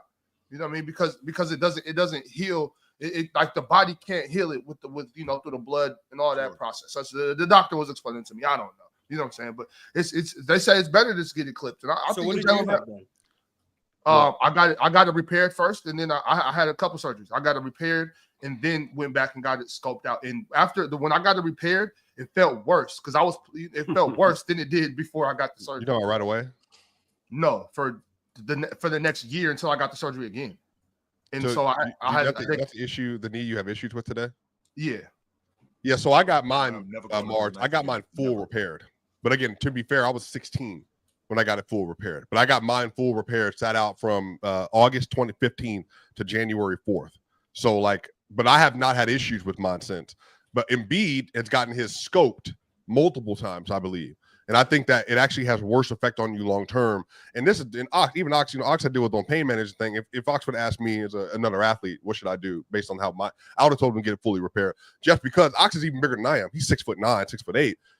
He needs his knees and his cartilages for when he's 50, 60, old man river, sitting on the side of a road somewhere, buying lemonades and all that kind of stuff and walking back to his house with 6 kids in it.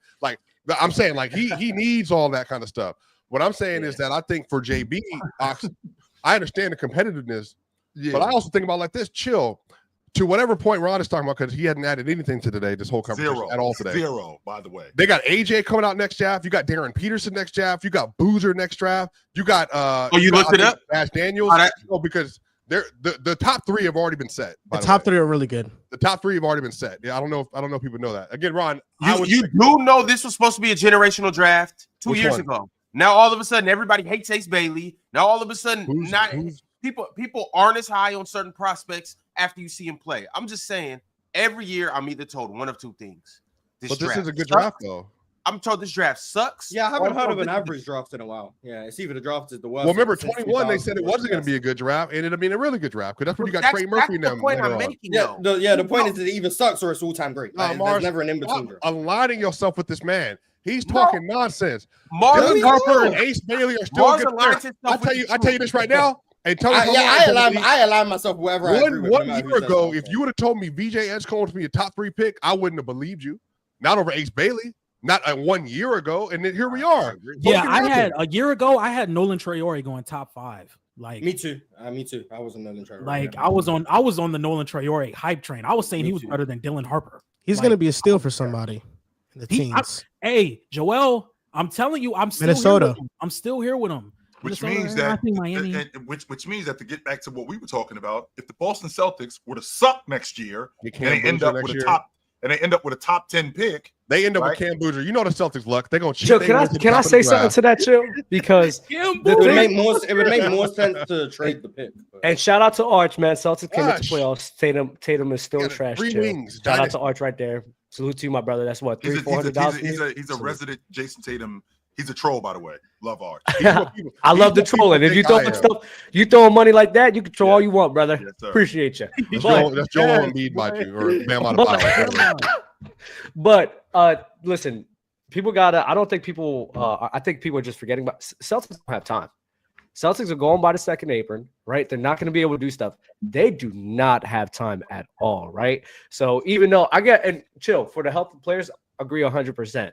Where they need to take care of their bodies. But at the same time, this Celtics crew, you're going past the second apron, and you're going to be really deadlocked, especially with these max for JT and Jaylen Brown. Yeah. Bro, you are, I'm not going to lie, the Celtics are handicapped for the next 4 years. So they don't have a large window. So I want them to be bad because I just don't like them. I think it will be better for the players if they're bad too. But the mindset of the Celtics and even the players is, we don't have a lot of time and we don't have this. The window we just had, we should have won this year. They don't have that window anymore. So I don't know. I think they're going to be rushing it. I think windows can close way faster than they can open. That's like fact. when we looked at the end of the 2024 seasons, like Boston just won a ring. They got everybody under the deal. They should be in the finals next year. Everything's good. And then one play, that window shut. It shut. As soon as Jason Tatum was announced that he's going to miss most of the season, now when he comes back, KP might not be as good as he was in that championship run. Drew Holiday's only getting older. Like we're going to have to start paying guys. And their contracts are getting up. Our roster. So the best thing you can do, and this is why I'm so like big on OKC, is you need to have the ability to restart your timeline or just take a step back and be able to retool to buy some more time. You need to be able to buy more time. I think OKC can do that because they have a multitude of picks. They have a multitude of young players. The Celtics are getting an opportunity to do that. The teams that have these gap years, like a Memphis just had, like the Pelicans are supposed to have, but they just have other issues going on. But if you can have that gap year, if you can really take advantage of what's going on during those years, you should have a really good opportunity to win. You have a guy in Jason Tatum who do that though. Say again? Why don't you think Boston can do that? Boston has shown us year after year that they put together competent. Yeah, I'm saying they can do that. I'm saying second apron handicaps them. They can't do how that. though, Doug? Because again, I still got Jason Tatum and I got Jaylen Brown. All right, I understand that a lot of that dough is tied up there. I can move. I think this team's going to be way different, John D. I don't want you to get deterred from what you were about to say, but Doug, this roster is going to look way different because we do have to shed some money. Yes, we do. And we got to shed some money. So this roster is going to look this roster is going to look very different. And if there's anybody that I trust to make sure that this happens, it's Brad Stevens. I'm sorry, JJ. You can see, you got a glimpse of what the potential issues could be for this team. I think they rely way too much on Jason Tatum as a ball handler. I think you need another competent ball handler within the starting lineup to take some of that pressure off JT. He's gotten a lot better, but you can't just say, like I somebody that you can fully depend on. And I just think if you're going to be retooling, I would say they're not going to have that level of spacing they had with the team last year if they're going to be retooling. That's just really hard to replicate. That's really hard to duplicate. So you're going, in my opinion, you're going to have to get some more above average playmaking and ball handling, because I just don't think their new iteration of roster is going to have the same level of floor spacing. And it made a lot of guys look better than what I think they are. So I think the retooling aspect is just going to be extremely important. And this gap year is going to be extremely important. I still believe in Lonzo, man.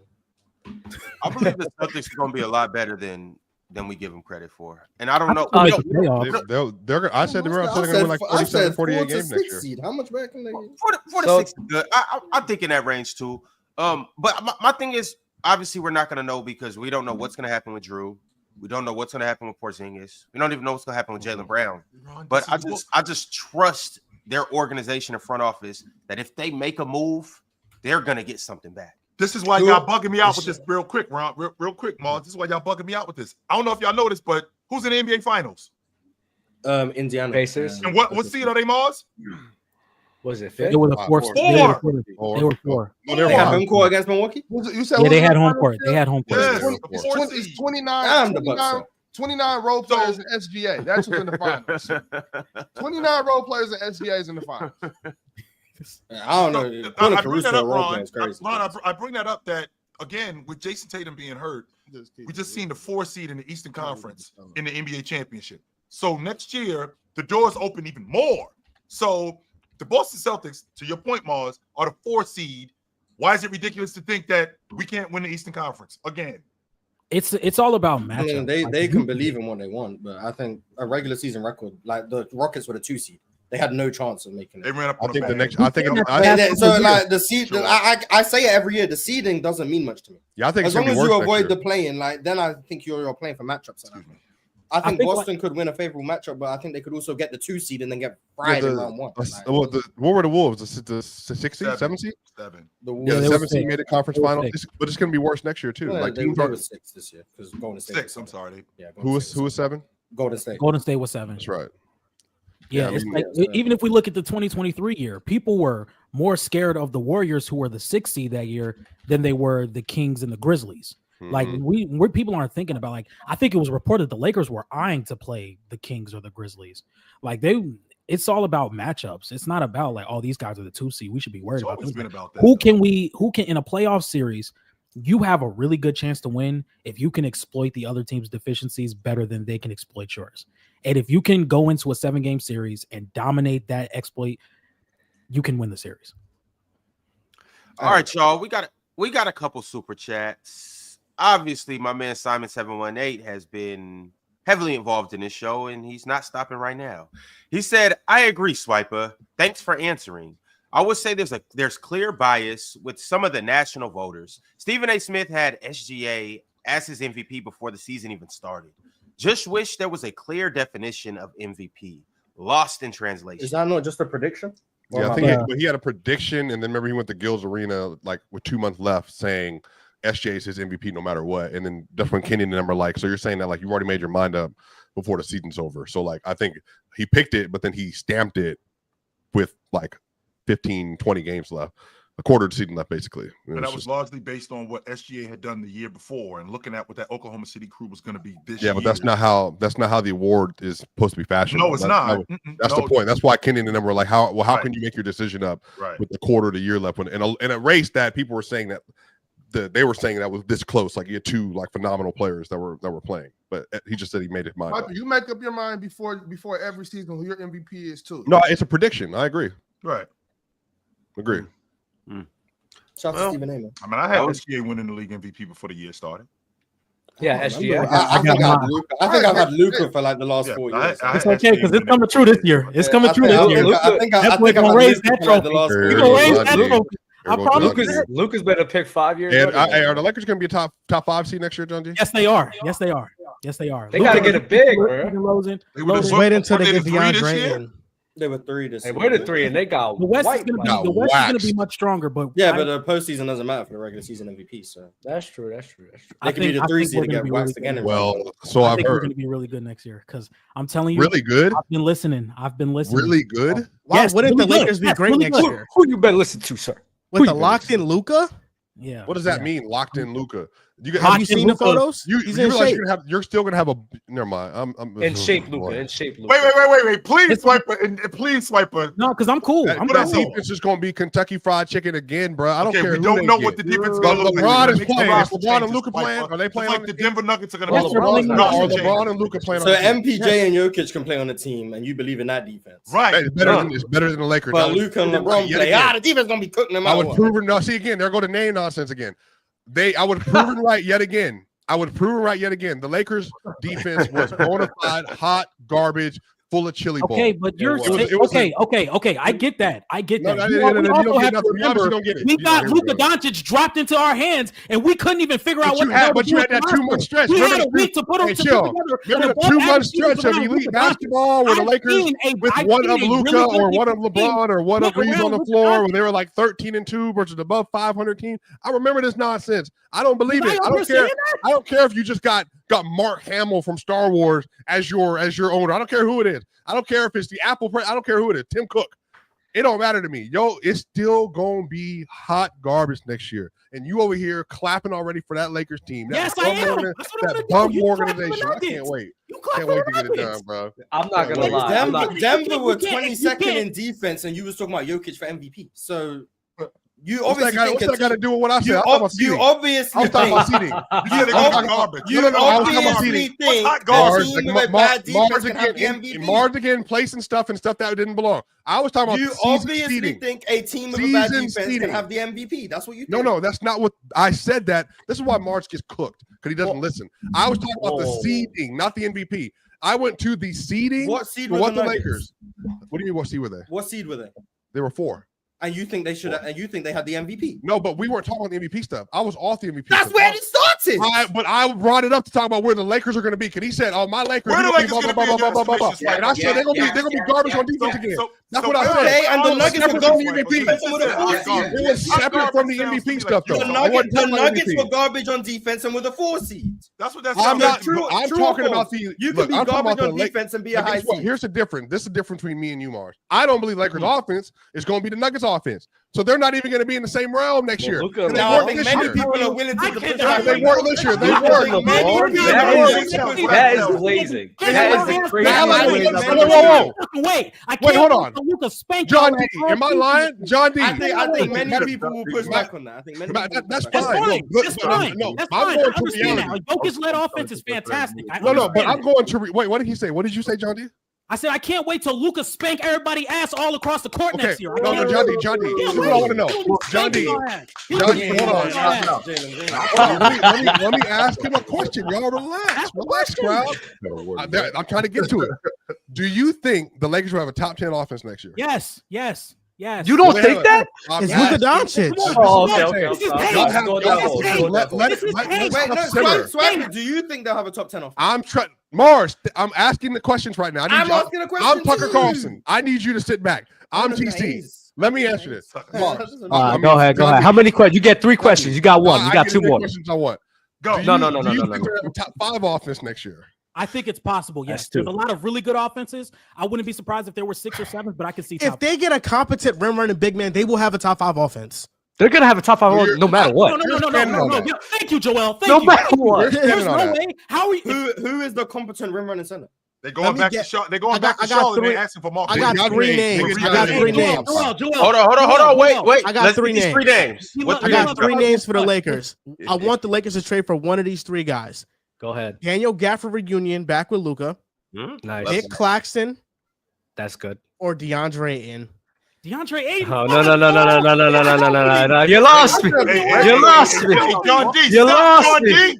Stop, John D. If the Lakers get DeAndre Ayton, that is a problem. Them the 3. Mars, why you leaning over? You started You're this. strong with the ball. I'm trying to get done with it.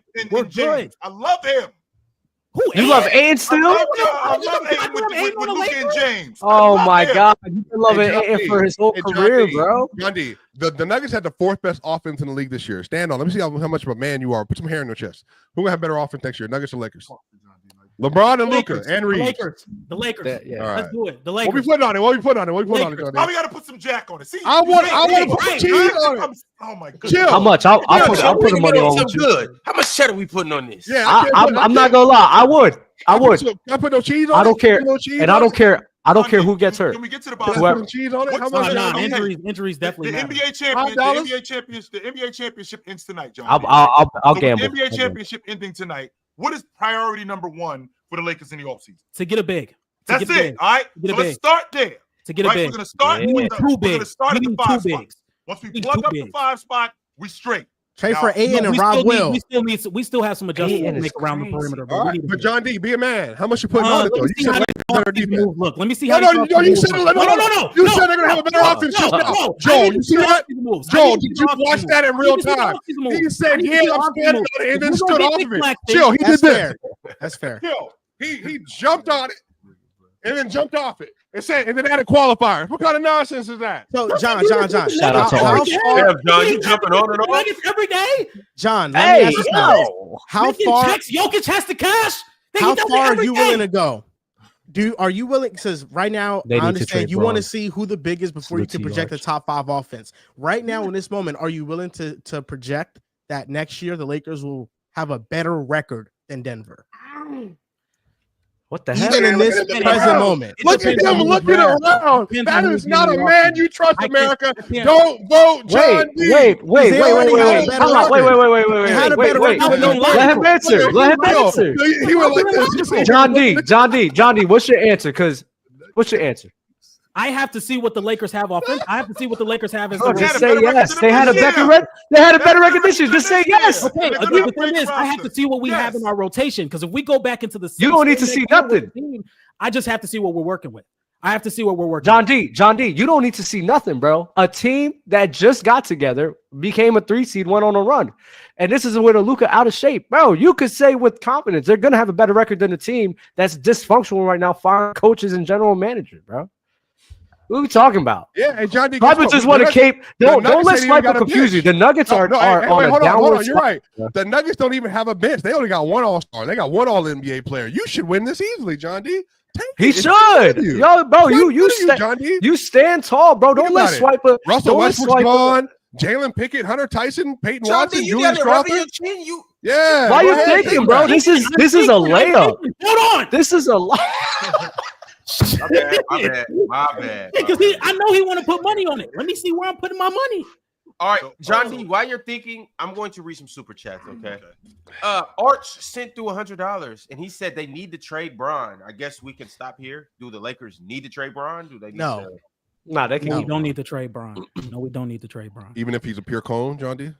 He was good on defense last year. No, he wasn't. No, he wasn't. No, he wasn't. No, he wasn't. No, he wasn't. No, he wasn't. No, he wasn't. No, he wasn't. He actually wasn't. We already had this conversation up here. This is the thing. This is what I'm talking about.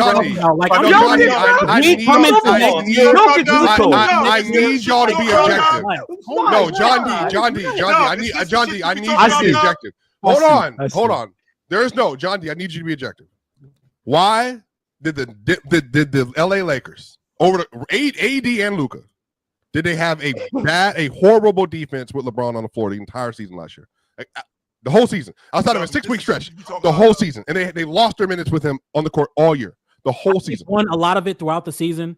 LeBron just did not get to the rim as consistently as he has in most. What's that got to do with his defense? The defense was hot garbage. You said losing the minutes, period. And the defense was horrible. And I said two parts. The defense was horrible and he lost his minutes. I think our scheme was awful. I think we did a lot of switching earlier in the season. Yeah, so LeBron need a scheme and he need a big. Jokic need a scheme. What are you talking about? That's how he's able to say. That's how you're able to say. Oh yeah, he's not that bad defensively because of the scheme. What are we talking about? Do you not remember AD being? Let me turn on my LeBron clip real quick. When our low man was Austin Reeves and Rui. Do you not remember that? Your low man was LeBron, by the way. Rim protection was horrible. Is it still a good one? What about Jokic can't jump, bro? But hold on, but chill. Guess what? But the defense was still horrible with Anthony Davis. Listen to what I just said. Listen to what I just said. Listen to what. Chill. No. Don't. We had Anthony Davis. Still, but it was horrible with Anthony Davis. And our low man was Rui and Austin. Come on, bro. I'm not gonna lie. This is disgusting, bro. This is disgusting. He's the only All-NBA player with a negative net rating on the season. The only one. The only one. John D, you looking around. He's the only one. It's the same guy that said, let's not use stats. Because this is the bullshit. Said which part? Swiper. Because Swiper's going to sit up here and the Thunder what? That with James on the floor, they lost all 8 minutes. Then how the hell did they end up with a better record than you guys? How did they hell up with a higher? Well, you realize the two things are correlated, right? Put him on the floor. That's just not true. I have a direct answer for that. A direct answer. A direct answer. John D, tell me if I'm lying. Tell me, and you can be real with this. They lost their minutes with LeBron on the floor last year, but did they not win their minutes without LeBron on the floor last year with Luka and AD on the court without LeBron? Luka and AD, they won their minutes. Okay. The Nuggets, on the other hand, to answer your question directly, were dominant with Jokic and were the worst team in the Western Conference with him off last year. That's the difference. That's literally the difference between the records. They don't have the personnel after Jokic to be able to sustain that. Without LeBron, John D, tell me if I'm lying. They were a good team without LeBron on the court. John D, am I lying? You're a Lakers fan. They were a good team with LeBron on the court. Were they not John D? John D, were they winning their minutes or not? We can't be using the personnel argument defensively for the Nuggets if we're not going to use it for the Lakers. Like I've been saying, even while we were having real quick, even while we were having that fake defense, I said we didn't have the personnel. I came up here and said we did not have the personnel. I got called a fake Lakers fan because I said we didn't have the personnel to be a top tier playoff defense. Like I came up here and said that. What does that got to do? But no, hold on. But you're talking about personnel. No, but I objectively said though that the reason why, to show a direct answer about the record, it has to do with what happened when the two players were not on the court. That's a reflection of why the team won or lost. So you asked why a better record. The Lakers overall, they won those minutes without LeBron. Therefore, they had more games that they won on the margins than Denver did. We had this conversation all year. They were losing. They were losing the 61-10-10 games with Jokic. And the 43-15-13 games. But what I'm trying to make sense of is, do you think the Lakers are better without LeBron? No. Please. Okay, so shut up about the numbers. No, he asked a direct question. He asked a direct question. I've given him an answer. 35 minutes a game. He asked a direct question. How much was he off the floor, Swiper? Who? James. He averaged 35 minutes a game last year. How much was he off the floor? 4 minutes here. Good 2 bit. minutes The there. point was the 5 minutes here. How what you're trying to sell us is that when they won the minutes with like James John off D the can answer floor. this, when They they won the built a minutes with defensive James off the scheme floor around because he's Luka off the floor. and around They Austin lost the minutes Reeves with the with defensive James off the players floor. and Dorian Finney-Smith and Rui Hachimura and then Jackson Hayes, they had a competent defense. That's not true. It was a really high ceiling defense, but a really low floor defense. We went against some teams that were just really cold from three. And if there is somebody in that rotation that is late, the defense is not going to look good because we have a bad mixture of point of attack defense and rim protection. So if we're all playing in unison on the defensive side and somebody's late, if Luka's late, if Reeves is late, if Rui is late, if Vando's late, if Finney-Smith is late, we're going to look bad as a unit defensively. That's just, it's a high risk, high reward type of defense. It really is. It can look really good one day. It can look really good one day, and the next day it can look really bad. I agree with you, John D. So therefore, the Lakers are going to have better record next year, right? Hey, Mars. They are 100%. See, right, now so you got me. I apologize. That's what I'm saying. I got you there. This is the real numbers guy. We're going 59 and 23. Luka's going to average 33, 11, and 15. He's and win the MVP. 11 and 15. And be first team all NBA. I didn't hear you. What you said? And make the NBA Finals. And win the NBA championship. Ooh, you said the Lakers? Luka and the Lakers. Are you picking the We're Lakers? We're going to be there. I'm standing. Whoa. Joel, you said the Lakers are winning a championship and all that stuff next year? If they get DeAndre in, yes. Bro, DeAndre Ayton. Joel, bro, can we stop bringing Y'all gonna let him get away with that though? Joel, enlighten me to DeAndre Ayton. I've been ignoring that this whole time. Yeah, what am I missing? What am I missing? Love it, Joe. Okay, they just need a big man. I was looking at the comments earlier when I mentioned DeAndre Ayton, and listen, I understand the reputation around him, the negative reputation, but I still think he's objectively a better player than Walker Kessler, which is rumored to be on the Lakers. He's better than Daniel Gafford, and I think he's also better than Nick Claxton. Not defensively, but I think offensively, he's without a doubt better than Nick Claxton. I think Ayton, if he is set up, he's making $35 million next year, by the way. But he's on an expiring deal. So he's on a 1-year deal. When you're saying he's better than those guys, Joel, $35 million is how much better. Yeah, but Gafford is also on an expiring, and he wants to get paid like a starting center. And Kessler also is on a rookie deal, and he wants another contract as well. So I'm looking at Ayton, and he's on an expiring deal. You probably don't have to trade too much to go get him. You probably just have to match salaries and maybe attach a pick. But he is a lob threat. I think Luka and LeBron feeding him. He can average 17 and 11 with the Lakers. He can be that impactful. He's averaged 17 and 11 in Portland, which is even. No one cares about that 17 and 11. You know why you don't care about it? Because it's going to look way different when he's playing with a guy like Luka. But this is the thing: like DeAndre Ayton can be a good player. He can be a good player. Oh my He just won't be the fit that we need with Luka Doncic. Hold on, John. DeAndre Ayton is really talented. Really talented. Yeah. The reason people don't care about that 17 and 11 is because he has the worst intangibles in the NBA. Mars, isn't Chilltown the same guy that because of rebounds, he thinks that Miles Turner is soft? Yes. And him being soft is a big factor on his evaluation of him as a player. What the frick is DeAndre Ayton, bro? He's the epitome of that. He rebounds, Dub. So let's kill that, Lord. He's soft. I don't care if he grabs boards. He's still soft.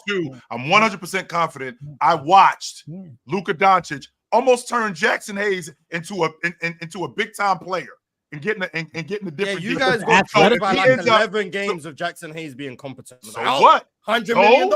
So what? You guys are being reactionary. That's what you That's saw. What we do any NBA player can look good for 10 games. Any NBA player, give them enough opportunity, they can look good for 10 games. Right. Jackson Hayes is not good. DeAndre Ayton is talented. Yes. There's no stats that show he's one of the worst screeners in the NBA. There's no stats that he's contact averse. The fact that he is a lob, yes, he can catch lobs and his touch is really good. Mm-hmm. Lakers fans will be sick of DeAndre Ayton by game 50. When they start seeing this man just not make defensive rotations, not be willing to contest shots, all of those things will just start adding up, and the box score will look great. DeAndre Ayton, if he's on the Lakers, I am certain he will average 18 and 12. I'm certain of it. Lakers fans will hate him. Lakers fans will hate him. DeAndre, it's a Hassan Whiteside all over again. The man was leading the blocks, but he wasn't that good of a defender. DeAndre Ayton was only averaging 1 block, so he doesn't block shots. But I think it's not about the blocks; it's about the numbers there. The numbers could definitely say something that's not think true. Ayton is a worthy reclamation project. I understand all the things that come with it. I understand that he could be much better from an effort perspective on defense and as a screener. I get all of that, but I think he is a worthy reclamation project. He is somebody that if you untap some of that talent and you get somebody to buy into him and he's coached the right way, then I think you can unlock him.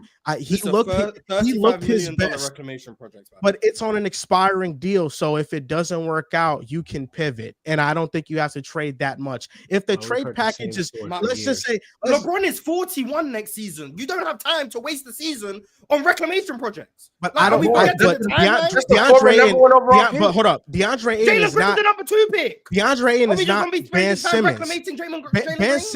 DeAndre Ayton is not Ben Simmons. DeAndre Ayton is a contributor still. DeAndre Ayton can contribute. He's a good player.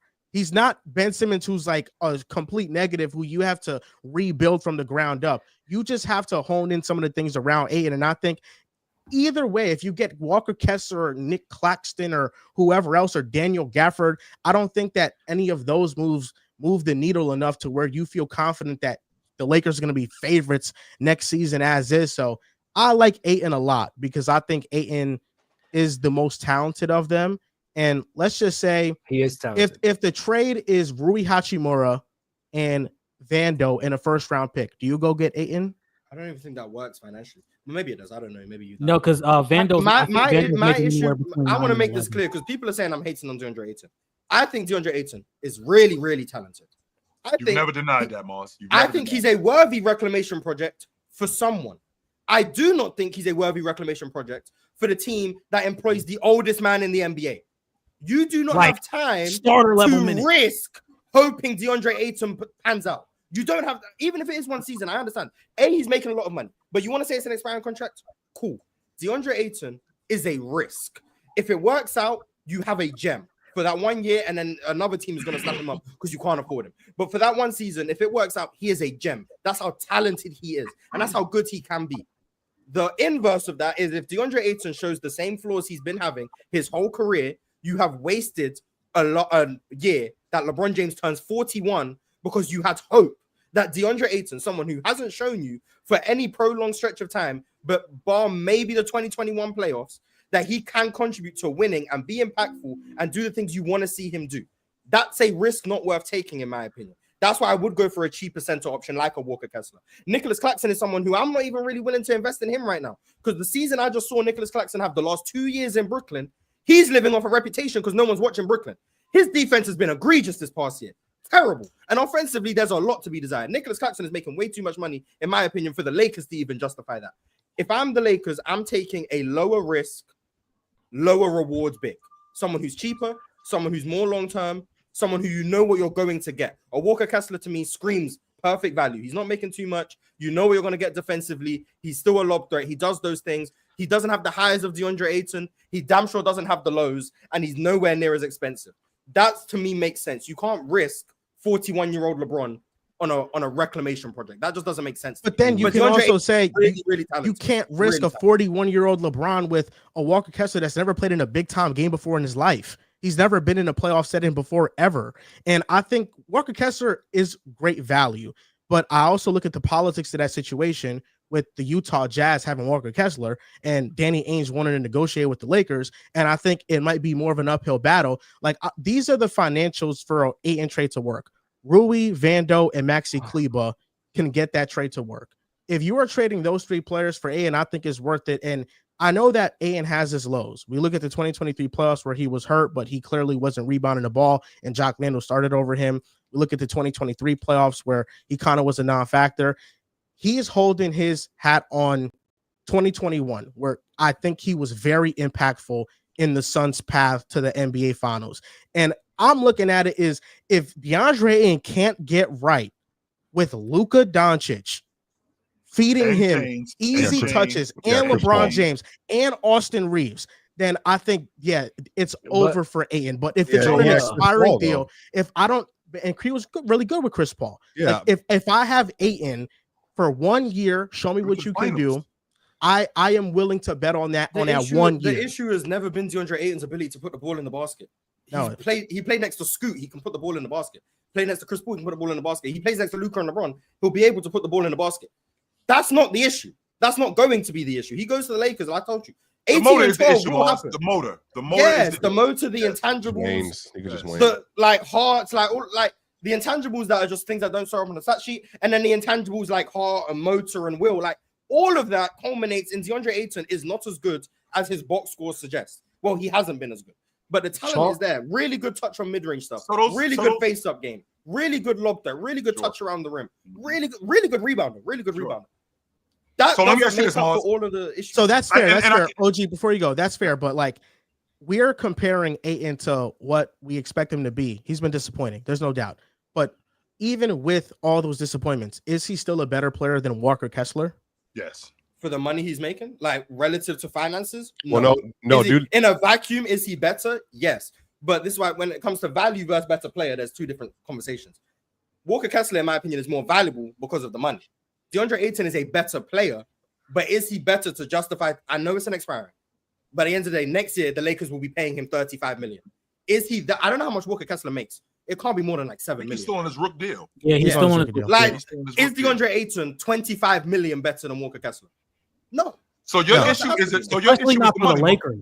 Exactly. So for the Lakers. Yeah. Okay, so financially, I appreciate that part, Mars. But what I'm asking you is, with Walker Kessler, not Walker Kessler, I'm sorry, is that dog in DeAndre Ayton? I've seen no evidence of it. Bro, chill. Chauncey what about the championship run, Mars? You playing well doesn't mean you have the dog in you. Like, yeah, Chauncey Billups. I'm not even talking about dog. I've seen him during that championship run. I think he was good in that postseason. I actually think he was pretty good in 22. I've seen no evidence of dog within DeAndre Ayton, whether that be from college, the pre-draft process, his answers in interviews, and what he's done in the games. I've seen no evidence that DeAndre Ayton has any sort of desire to play meaningful NBA basketball. And the reason why I'm saying this is sacrifice the things that need to be sacrificed to win at a high level beyond the fact that he wants to make a lot of money. He said as much. He said, I told you guys when we spoke about DeAndre Ayton a year ago, maybe. Yeah. DeAndre Ayton, when he was asked pre-draft, what is success like in the NBA? He said getting to a second contract, getting a max contract. Yes. I'm sorry. And he's right. The writing and he's just he's chilling with I can't say the word. Yeah, but he's guess chilling what? with the Johns. You feel me? He's on an expiring deal. Them damn bro, on a contract. You're gonna get the most motivated. Joel ain't no Johns in Portland. Chauncey Billups was a fan of DeAndre Ayton. Chauncey Billups was an advocate for Chauncey Billups was an advocate for DeAndre Ayton. He was a fan for DeAndre Ayton. When he became a coach, completely flipped on him.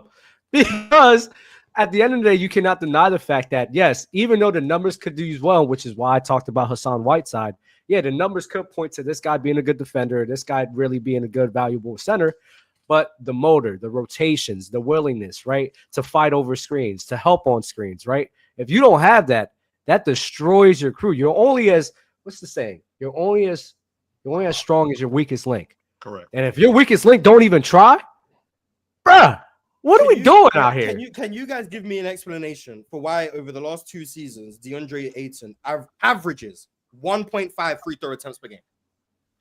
He's a finesse shooter, and he doesn't play. Yeah, he's more of a shooter. He's more of a finesse. 1.5. He doesn't absorb contact as well. Yeah, he doesn't. That means he's not drawing one foul a game. Right. He doesn't get to the free throw line like ever. That's just not what he is. Yeah. Now, wait a minute, Morris. Now, with that being said, we get a different offense around him. We get you get a better distributor around him. More lobs to the rim. More. Why do y'all do this? Chill. His best year was with Chris Paul. By the way, the version of Chris Paul that's better than this version of Hali, mind you. That Chris Paul in 2021 had him playing elite basketball. That's what the tweet was. And that's why I was trying to figure it out because it's Luka, 4-letter word. Yeah, I was very perplexed when you posted. And that's why I think with Luka, Ayton could get back to that type of production. And I think he could carry in a more meaningful setting. What good is that production? The Phoenix situation soured because I thought he just didn't get along with Monty Williams towards the end of that tenure. And it was clear that he just didn't want to play for him anymore. But like, Walker Kessler is on a great value right now. He's making like $2 million. That's awesome.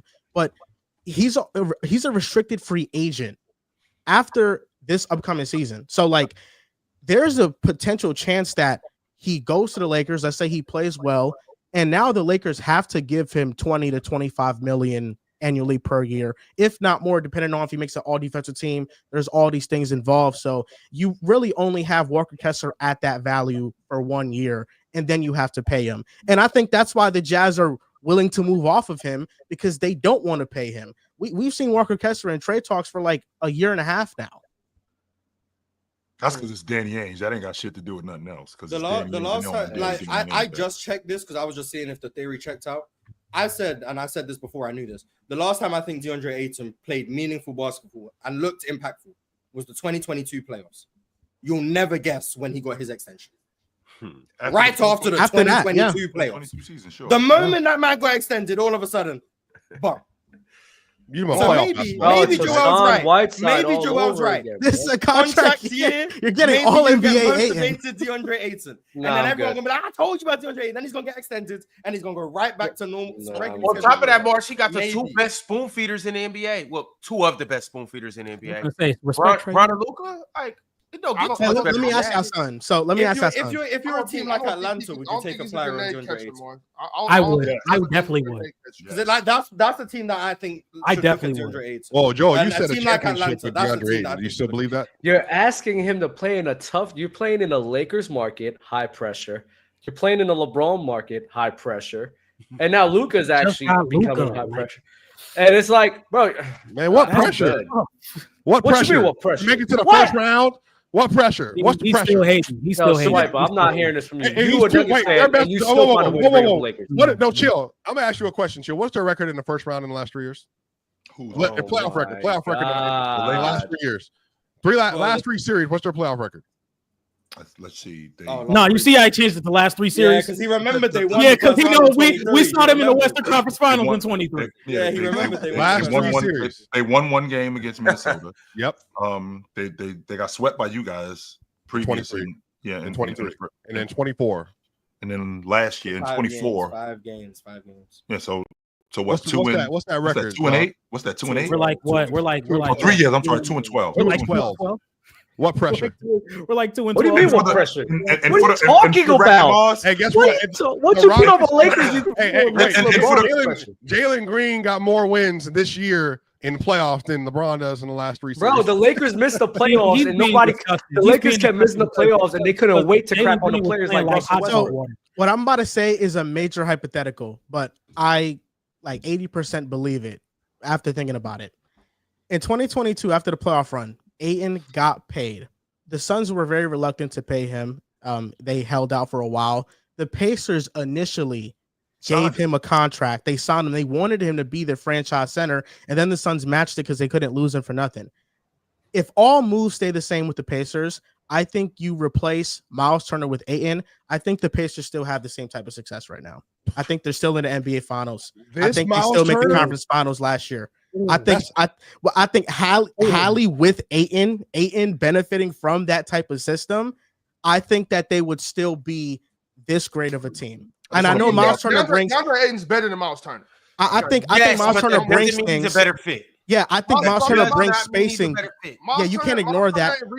Miles Turner ain't rebounding. His shot blocking is exceptional. But that's what I'm saying. I don't think he's better. She's got a better shot blocker than Miles Turner.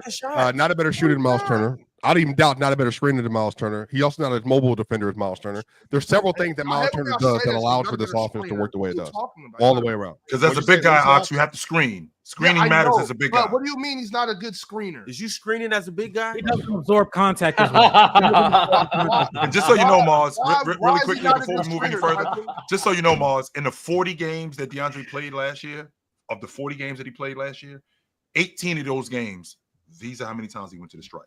I am going to lose my mind. How is he not a good screener, though, Swiper? That's almost half the games he's not going to the stripe. I've watched him for a lot. Who's he talking about? DeAndre Ayton.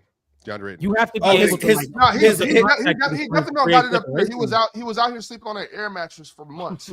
So his screening he's an idiot. angles Yeah, are he's a horrible. fucking idiot. His screening angles are horrible. He pops before he makes any contact because he wants to get the ball at the free throw line. So he never really helps his guards get downhill. Those would be the two main ways he's a horrible screener. And then my third biggest issue with DeAndre Ayton as a screener is just, I think Anthony Davis also has this issue. Mars. I wanted to see what Swiper was talking about. I can understand. I can understand what. I can understand somebody not being a good screener. I can understand that for sure. But a lot of times up here, people get to just reeling off stuff. I've already said this about him before, though. All right, y'all. I'm gonna get out y'all way. Bro. Like, come on. Facts. What's the one-on-one about? We done already had conversations about screening up here before. Yeah, I mean, you can talk about screening. I just wanted you to go into in depth a little bit.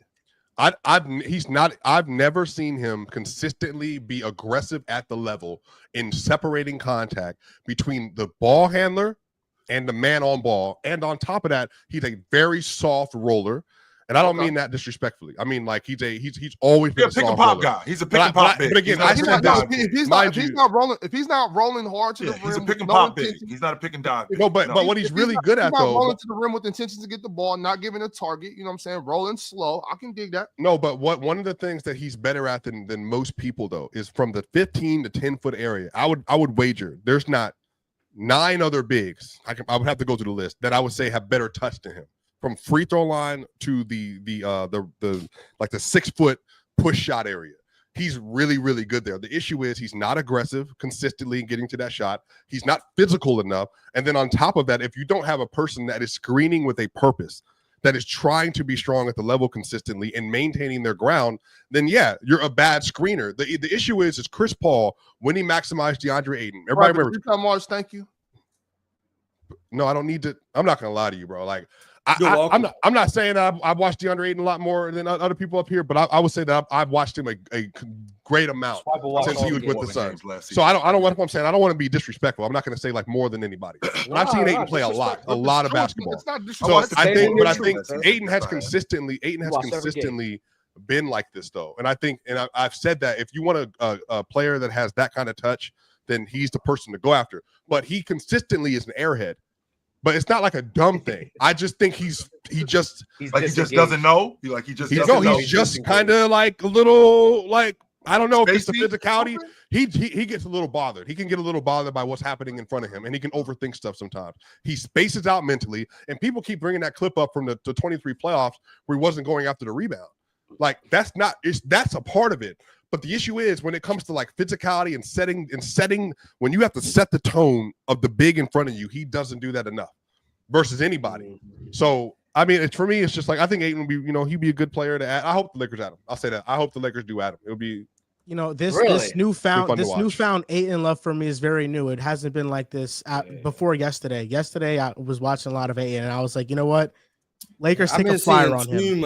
I've been seeing too much B-Ball index stats of DeAndre Ayton on my timeline. I've got a bunch of people slipping out the cracks. Oh, DeAndre Ayton, get his stats on my face, man. I know I'm watching.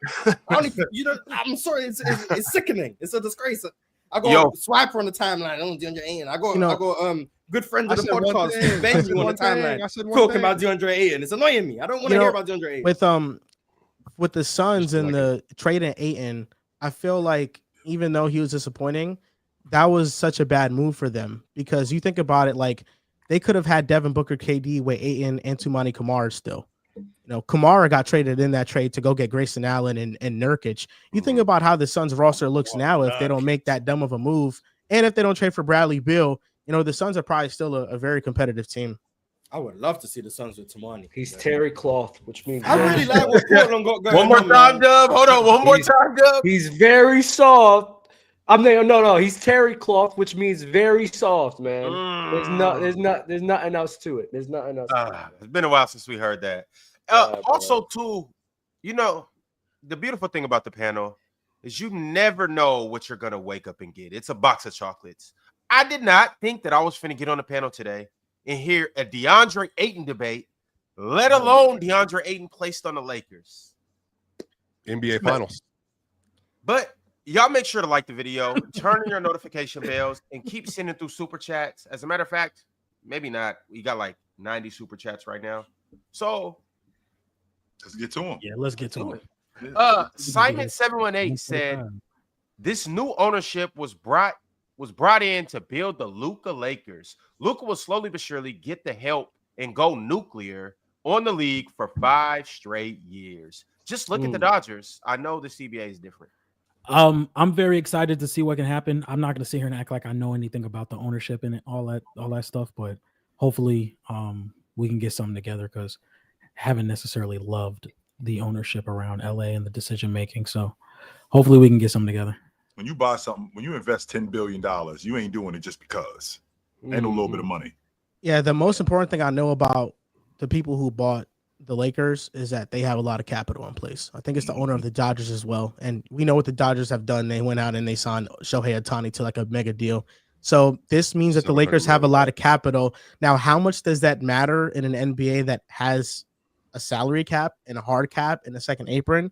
We'll have to see, but they now have an ownership that they're willing to spend a lot to make this team competitive. We got a super chat from MP13. MP said Stephen A. Smith is not even paying attention in the finals. You are not going to convince me the guy playing mobile games during the finals pays attention to even 10% of the regular season games than he talks about. I think that a lot of stuff is also entertaining. Like I think Stephen A. Smith is very entertaining. I don't think a lot of people go to him and be like, "Oh, let me learn something about the Charlotte Hornets." But you know, they can keep people engaged. So, man, y'all pretend like before isn't knowledgeable about basketball because somebody took a picture of him playing solitaire at a game. It's crazy. I'll be honest. So it started off. I haven't heard Stephen A. Smith say anything about basketball that leads me to believe he's particularly known. But he's been around for a long time, so he's seen a lot. But I haven't heard him say anything. Stephen A. spit before. That's fine. I've heard him. I've heard him like Giannis is underwhelming. That's fine. I've heard him say things I agree with. Sure. I've heard him say things I disagree with. Sure. I don't watch ESPN. I'm speaking just for myself. I have never heard that man say anything that leads me to think he's particularly knowledgeable about basketball. That does not mean he's not. I've just never heard anything. I'm like, you know what? That's either a unique perspective on the game or something that I've never really thought about before. That's like, okay, that's a smart way to look at it. I've never heard him say anything. Does that mean he doesn't know the game or he doesn't know the history of the NBA? He knows the history of the NBA. He can tell you right now how many MVPs someone from 1970. Like, he can probably tell you that. That's cool. I don't think that's knowledgeable about the game. That just means that's what I'm saying. That's what I'm saying. That's the type of things I think he knows. If you ask me, do I think Stephen A. has said anything that leads me to think, damn, this guy knows the game? No, I haven't heard that. That doesn't mean Mars, let me ask you something, Mars. Let me ask you, Mars. Sure. Have you ever been watching? I know you like to go back and watch like older finals, older games, just whatever. I know you're a basketball connoisseur. I know you love to consume the game of basketball. You've never been watching a game and accidentally clicked on IG and got caught up scrolling Instagram. Oh, absolutely. Baddies. That's why I don't. You know the solitaire thing doesn't. You know what I'm saying? You ain't never seen a couple Instagram baddies and be like, damn, and just kept scrolling on. Yeah, the solitaire thing doesn't like. See, I understand. It's Stephen A. Smith. So over here, everyone's gonna blow that out of proportion. Me personally, I think I know quite a bit about the game. There have been times where like there's a timeout and I'll be scrolling on TikTok or something, and then like the game will come back and I'll still be scrolling for like a couple minutes. Like if someone takes a picture of me right there in that moment, it's like, oh, see, Mars ain't watching games. Yeah, we're meant to listen to this guy. Mars ain't watching games. No, Mars ain't watching games. I think that just happened. So like, I definitely think there's Stephen A. Smith, obviously with the platform he has, he's gonna get discredited for things that, quite frankly, we can't get discredited for because no one's taking pictures of me while I'm watching a game. Like, no one cares about me enough to want to do that. But like, I think a lot of people, if they act like every game they watch, they're just fully locked in the whole time, they're liars. I think they're liars. I'll happily say with no question on my basketball integrity, I think I know the game regardless of if I've been scrolling on TikTok after a timeout for a bit too long. Yeah, I'll still say that comfortably. Stephen A. Smith, it's just unfortunate. Like, you got that big of a profile.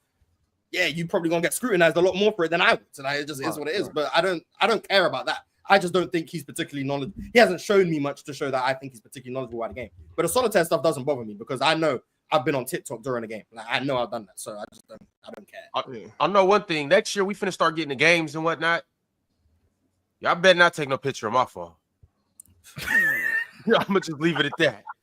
But DVC Stay sent through a super chat and said, Bron is a hypocrite. Why go to Miami if rings don't matter? Mars, Bron is a hypocrite. Why go to Miami if rings don't matter? Why go back to the Cavs? Why, when he won in 2016, he said that made him the GOAT? That's the one I agree with. That it's a two-parter. The when he won in 2016, he said that made him the GOAT. That's the part I agree with. That's the part that I think is double talk, hypocritical of LeBron to say ring culture, toxic, blah, blah, blah. But then he's participating in by saying he thinks 2016 made him the GOAT. That part I agree with. The first part I think is just all nonsense. But that part I agree with. I think LeBron should know better than saying those two statements. Although I will also say, if anyone held me to something I said 9 years ago, I mean, I changed my mind. I don't know what to tell you. You held me to something I said 4 years ago. No, because in 20, I don't like. But I'll be like, yeah, change my mind. In 2020, when he won the championship, he literally said, "What are they going to say now?" Right? So, like, the thing with LeBron, a lot of people have said that in recent years. Steph said that. Jason Tatum said that. Well, Jason Tatum said it because, a lot of people have said that recently. Well, Jason Tatum was copying, but yeah, maybe. But what's it called? Like to say, this is my thing with LeBron. I'm not gonna lie, LeBron, like. Just stop talking sometimes, because like no matter what you said, so many things over the years, you're really never gonna win. So whenever it comes to rings and GOAT combos, and let's be real, you have done a lot to try to present that GOAT conversation with you knowing that those rings mattered. And Marzan like brought up the Miami Heat thing. I get that, but at the end of the day, these are actions you took to accomplish that goal. So you can't now say that, oh yeah, ring culture is just bad. But he's not saying rings that, but this is the issue. Like, why I think the 2016 comment is hypocritical is because that's directly him contributing to ring culture. That's him directly saying the things that he was him going to Miami, forming a big three. But this is my issue. This is my issue. LeBron never said rings don't matter. And the super chat that Ron just put on the screen, if rings don't matter, why did LeBron go to Miami? At no point in his life has LeBron said rings don't matter. The only time he may have come close to saying that was after the 2011 finals. Yeah, he's like, y'all gotta go back to y'all house, and that's the. But he's alluding to it, so it's implications that he's making. What he said on the podcast, and I have an issue with the whole season 2 of Mind the Game, by the way. But what he said on the podcast was, you can't tell me guys like Charles Barkley, Allen Iverson, Steve Nash aren't great because they don't have a championship. His issue was with his issue was with the idea that you can't be great without championships. Criticizing or demonizing or bashing players for not winning, despite the fact that they're still great. That's what he was pushing back against on the podcast. And somehow that's been flipped into he's saying rings don't matter. That's not what he said on the podcast. Now, I think some of his actions, like after the 2011 finals, would allude to that. And that's something I think is a valid criticism. And then the things about the GOAT stuff in 2016, I think that's a valid criticism. Him going to Miami does not disprove anything he said on that podcast about people saying you can't be great without a championship. That's my issue. Acting like those two are one and the same. Yeah, but the issue with LeBron is you being a guy that has contributed to that. And I get it. He said that as a respect to the guys who hasn't won. But again, you contributed to that through your antics, narratives, and things you said and things you've done, right? You have to be more mindful. Like if I'm LeBron James, just stray away from you got to stray away from some types of conversations. Those conversations you just got to contributed to that with the things he said. I don't think he contributed to that with going to Miami. That's my pushback. The actions there. He went to Miami to win. Let's be real. Well, not one, not two. Like he went to Miami. Yeah, of course. That's contributing to the wrinkle. I'm alluding to the super chat about him saying that rings don't matter. And he's hypocritical. He never said that. That's what I'm pushing back. He didn't say that. That's what I'm pushing back. The thing is that I think because that's what ESPN have ran with. If rings don't matter, why go to Miami? Yes. He never said that. That's what FS1 have ran with. That's what I'm pushing back against. That's all I'm saying. But yeah, Mind the Game season 2, I have not enjoyed. To get deeper into the conversation, like I think him going to Miami after his first stint in Cleveland is literally reflects the pressure that was put on him by the media of like how toxic ring culture could be, because he wasn't acknowledged as great of a player as he actually was back then, because they constantly held the championship over him. So he felt like he had to go get that. If that was not the standard that the media had held him to, maybe he doesn't feel the pressure to leave Cleveland. Maybe he stays, but because of the media's pressure to constantly compare him to Jordan, to get him to 6 championships, he felt like he had to go build a super team to win multiple championships. Just like Charles Barkley felt like he had to leave Philadelphia. Well, if anything, this says more about Carmelo Anthony than anything else, that he didn't succumb to that.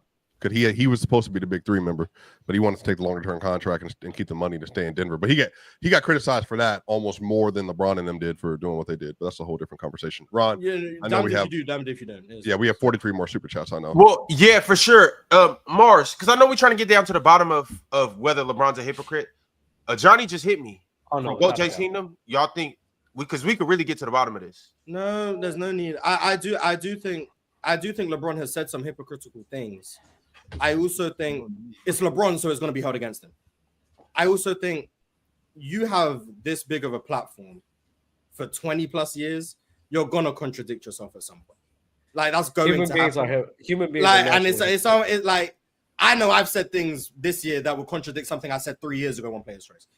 I just have the luxury of just saying I've changed my mind on that. LeBron says that he's going to get demonized. Like, I don't think LeBron holds the same opinions at 40 that he held at 25. And I think that's absolutely fine that he doesn't hold that up. Chill, you're the oldest one here. I'm going to ask you, do you think everything that you thought at 30, do you still think the same today? There's things that I thought 2 years ago that I don't think today. And I think that's perfectly fine. I think that's perfectly fine that LeBron doesn't think the same things he thought 15 years ago. But he's had such a big platform and he's been so scrutinized for so long that if he says something that contradicts, if he says something now that contradicts something he said 16 years ago, it's going to get called out. Like, that's just what's going to happen. It's not a lot of... Go ahead, Mars. No, that's just how it really is. But I do think it does sound wild though. It does. Yeah, not a lot of humans that can deal with that, man. That's I'm telling you, hey. Yeah, I would just say I changed my mind and keep pushing. But like, that's what I'm saying. Bron just does it to himself. Like, just stop, man. Sometimes because it's not. You're never gonna win. No matter what you say, no matter what he says, he's at that tier of like person where everyone scrutinizes everything. No matter what you say, you're never gonna win. So why even talk about certain things, you know? So I feel Dub, he ain't been winning anyway. So he has been winning. What? He won like 4 or 5 years ago. But like, he got mad money. He got podcast, bro. What are you talking? All right. He could you. Yeah, LeBron got a better life than you, Ron. Yeah, he got a better life than all of us, bro. That's why don't say that again, Mars. I'll crash out in this stream. DSG Piccolo said the Lakers want Ayton. Hey, man, what kind of deal you got for me, John D? Mars, you saw them numbers on Twitter. His rim protection, he's a rim protector, laughing my ass off, and money mini. I think that's enough evidence you need. When the Blazers fans are this willing to get off someone and they trying to upsell them, that should tell you enough about what's going on in Portland with DeAndre Ayton. DSG, you my guy. These Portland fans been trying to get off Jeremy Grant too. I guarantee we start advertising. Yeah, they begging to get off Jeremy Grant. Multifaceted wing who can play defense and score. Like when they start doing that, that's when you know. Yeah. I don't think we should just assume that because you have more money, you have a better life. I just want to say that. Absolutely. Oh, no, absolutely. I'm taking my life over LeBron's. That's why I brought up the kids and everything. You know, I think he's a great father. If there's one thing I'll advocate for LeBron, I think he's a phenomenal father. For having a cousin who's pretty well off. I've been around some of the most miserable people in my whole life, and they got mountains of bread. Yeah. I mean, I'm sure waking up to the lovely Mrs. James. I'm sure that's. And I'll knock her out the park every time. Simon 718 said, more importantly, the team behind this new Lakers ownership excels in development and team building. Their past proves this. Also, Stephen A. Smith sucks. I love you, Ox, but he's a clown. I mean, it depends what you think his job is. Do you think his job is to be a basketball analyst or to be an entertainer?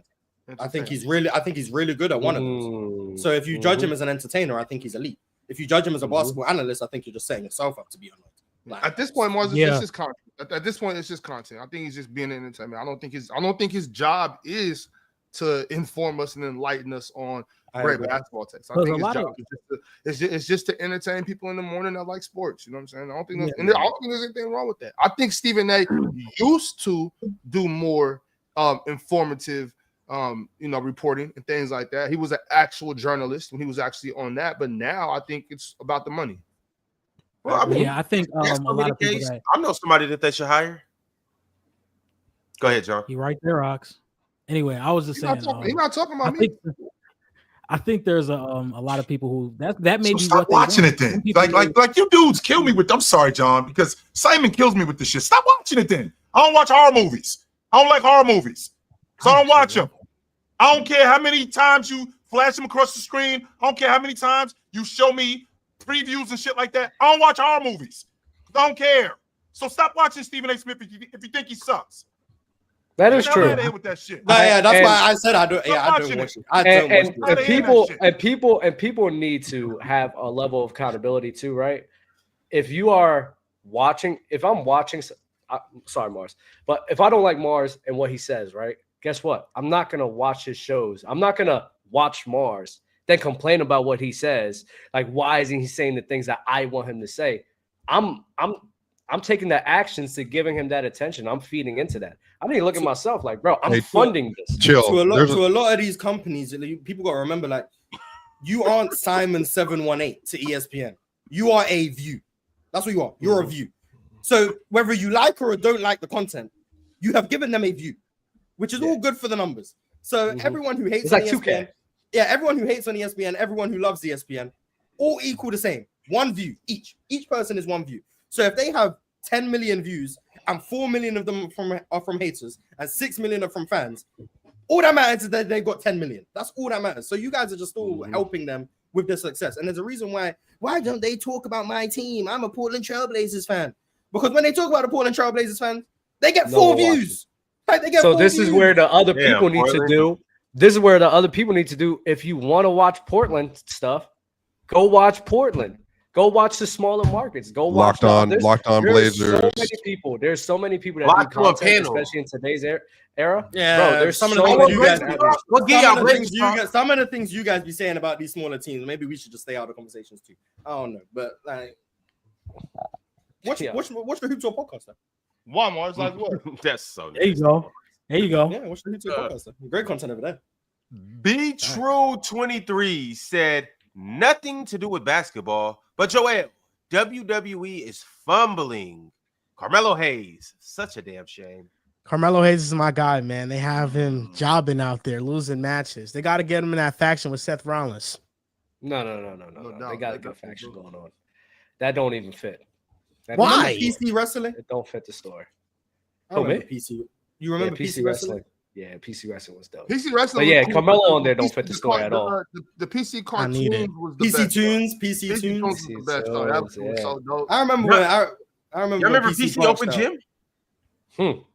Yeah, I do. I watched episode 112 yesterday.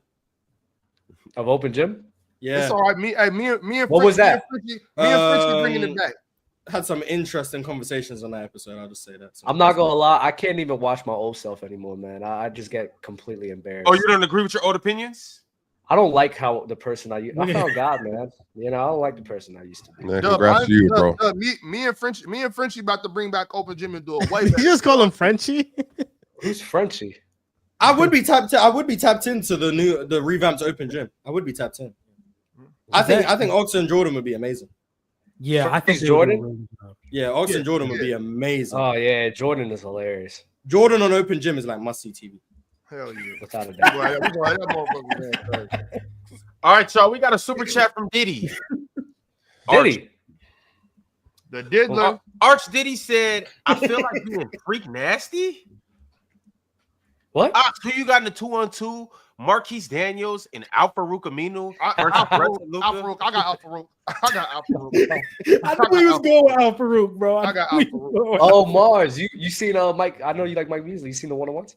Of course, I seen that. Everyone knew what was going to happen. I don't know why everyone was acting like it was going to be a game. You seen the pregame? How he was talking? That was wild. He knew what was going to happen. I mean, he had I'm gonna make you feel it. I'm gonna make you feel it. You're gonna love it. I ain't gonna lie, Mars. I got peak Al-Farouq clamping Luka in the twos. You think Al-Farouq was better than Maurice Harkless? No. What? Y'all think Harkless was better than Al-Farouq? I'm asking you. I'm just asking you. Nah, I got Al-Farouq, and I got big love for Mo Harkless, but I think Al-Farouq. So 1 through 3. Al-Farouq, Mo Harkless, Luke Mbamute. Ooh. Oh, my nigga, Mba Mute? That's even a discussion. I think Harkless. I think so. If we do start bench cut, we're cutting Mo Harkless. Cutting Harkless, but I got Mba Mute. I'm not gonna lie. Absolutely starting Alpha. Are we just doing that era of those? Because if we're doing that, then add Stanley Johnson too and Josh Jackson. Robert Covington. Rocco clean. Hey. Robert Covington is levels above. Man, give me Ronnie Stuckey, bro. Robert Covington. Compared to those three, Robert Covington is an all NBA player. Hey, but the GOAT, wait, hold on. The GOAT of this category is Josh Howard, though. Josh Howard is amazing. Josh Howard, I feel I think Josh Howard's better than these. Yeah, but he's the GOAT of that category, is what I'm saying. I don't think he is. He's the LeBron of the Mo Harkless. I think Robert Covington is that category. That's why. I think Josh Howard was much better than these dudes, though. Hey, yeah, wait, I don't view Josh Howard as that. Wait, hold on. Who you got in the ones? Rocco or Josh Howard? No, we're not talking. Well, I'm saying of this group of players, like my Hakeem Wark, Freak. You get who else is there? Mo Harkless, Stanley Johnson, Josh Jackson. Who's another one? Josh Howard. Not. All right, you're talking about that. Josh Howard don't fit in that category. That's what I'm saying. Josh Howard. That's not his I gotta step in, y'all, because here's the thing, y'all. You know, typically I don't mind going 20 minutes over, 30 minutes over, hell, an hour over. But I just got word from the landlord of this facility. Okay, go ahead, Ron. Go ahead. That the electricity will be cutting off in 10 minutes. So go ahead. We'll get through. We'll get through. And if we don't, then Mars. I can't do it. I physically can't do it. But we'll get through.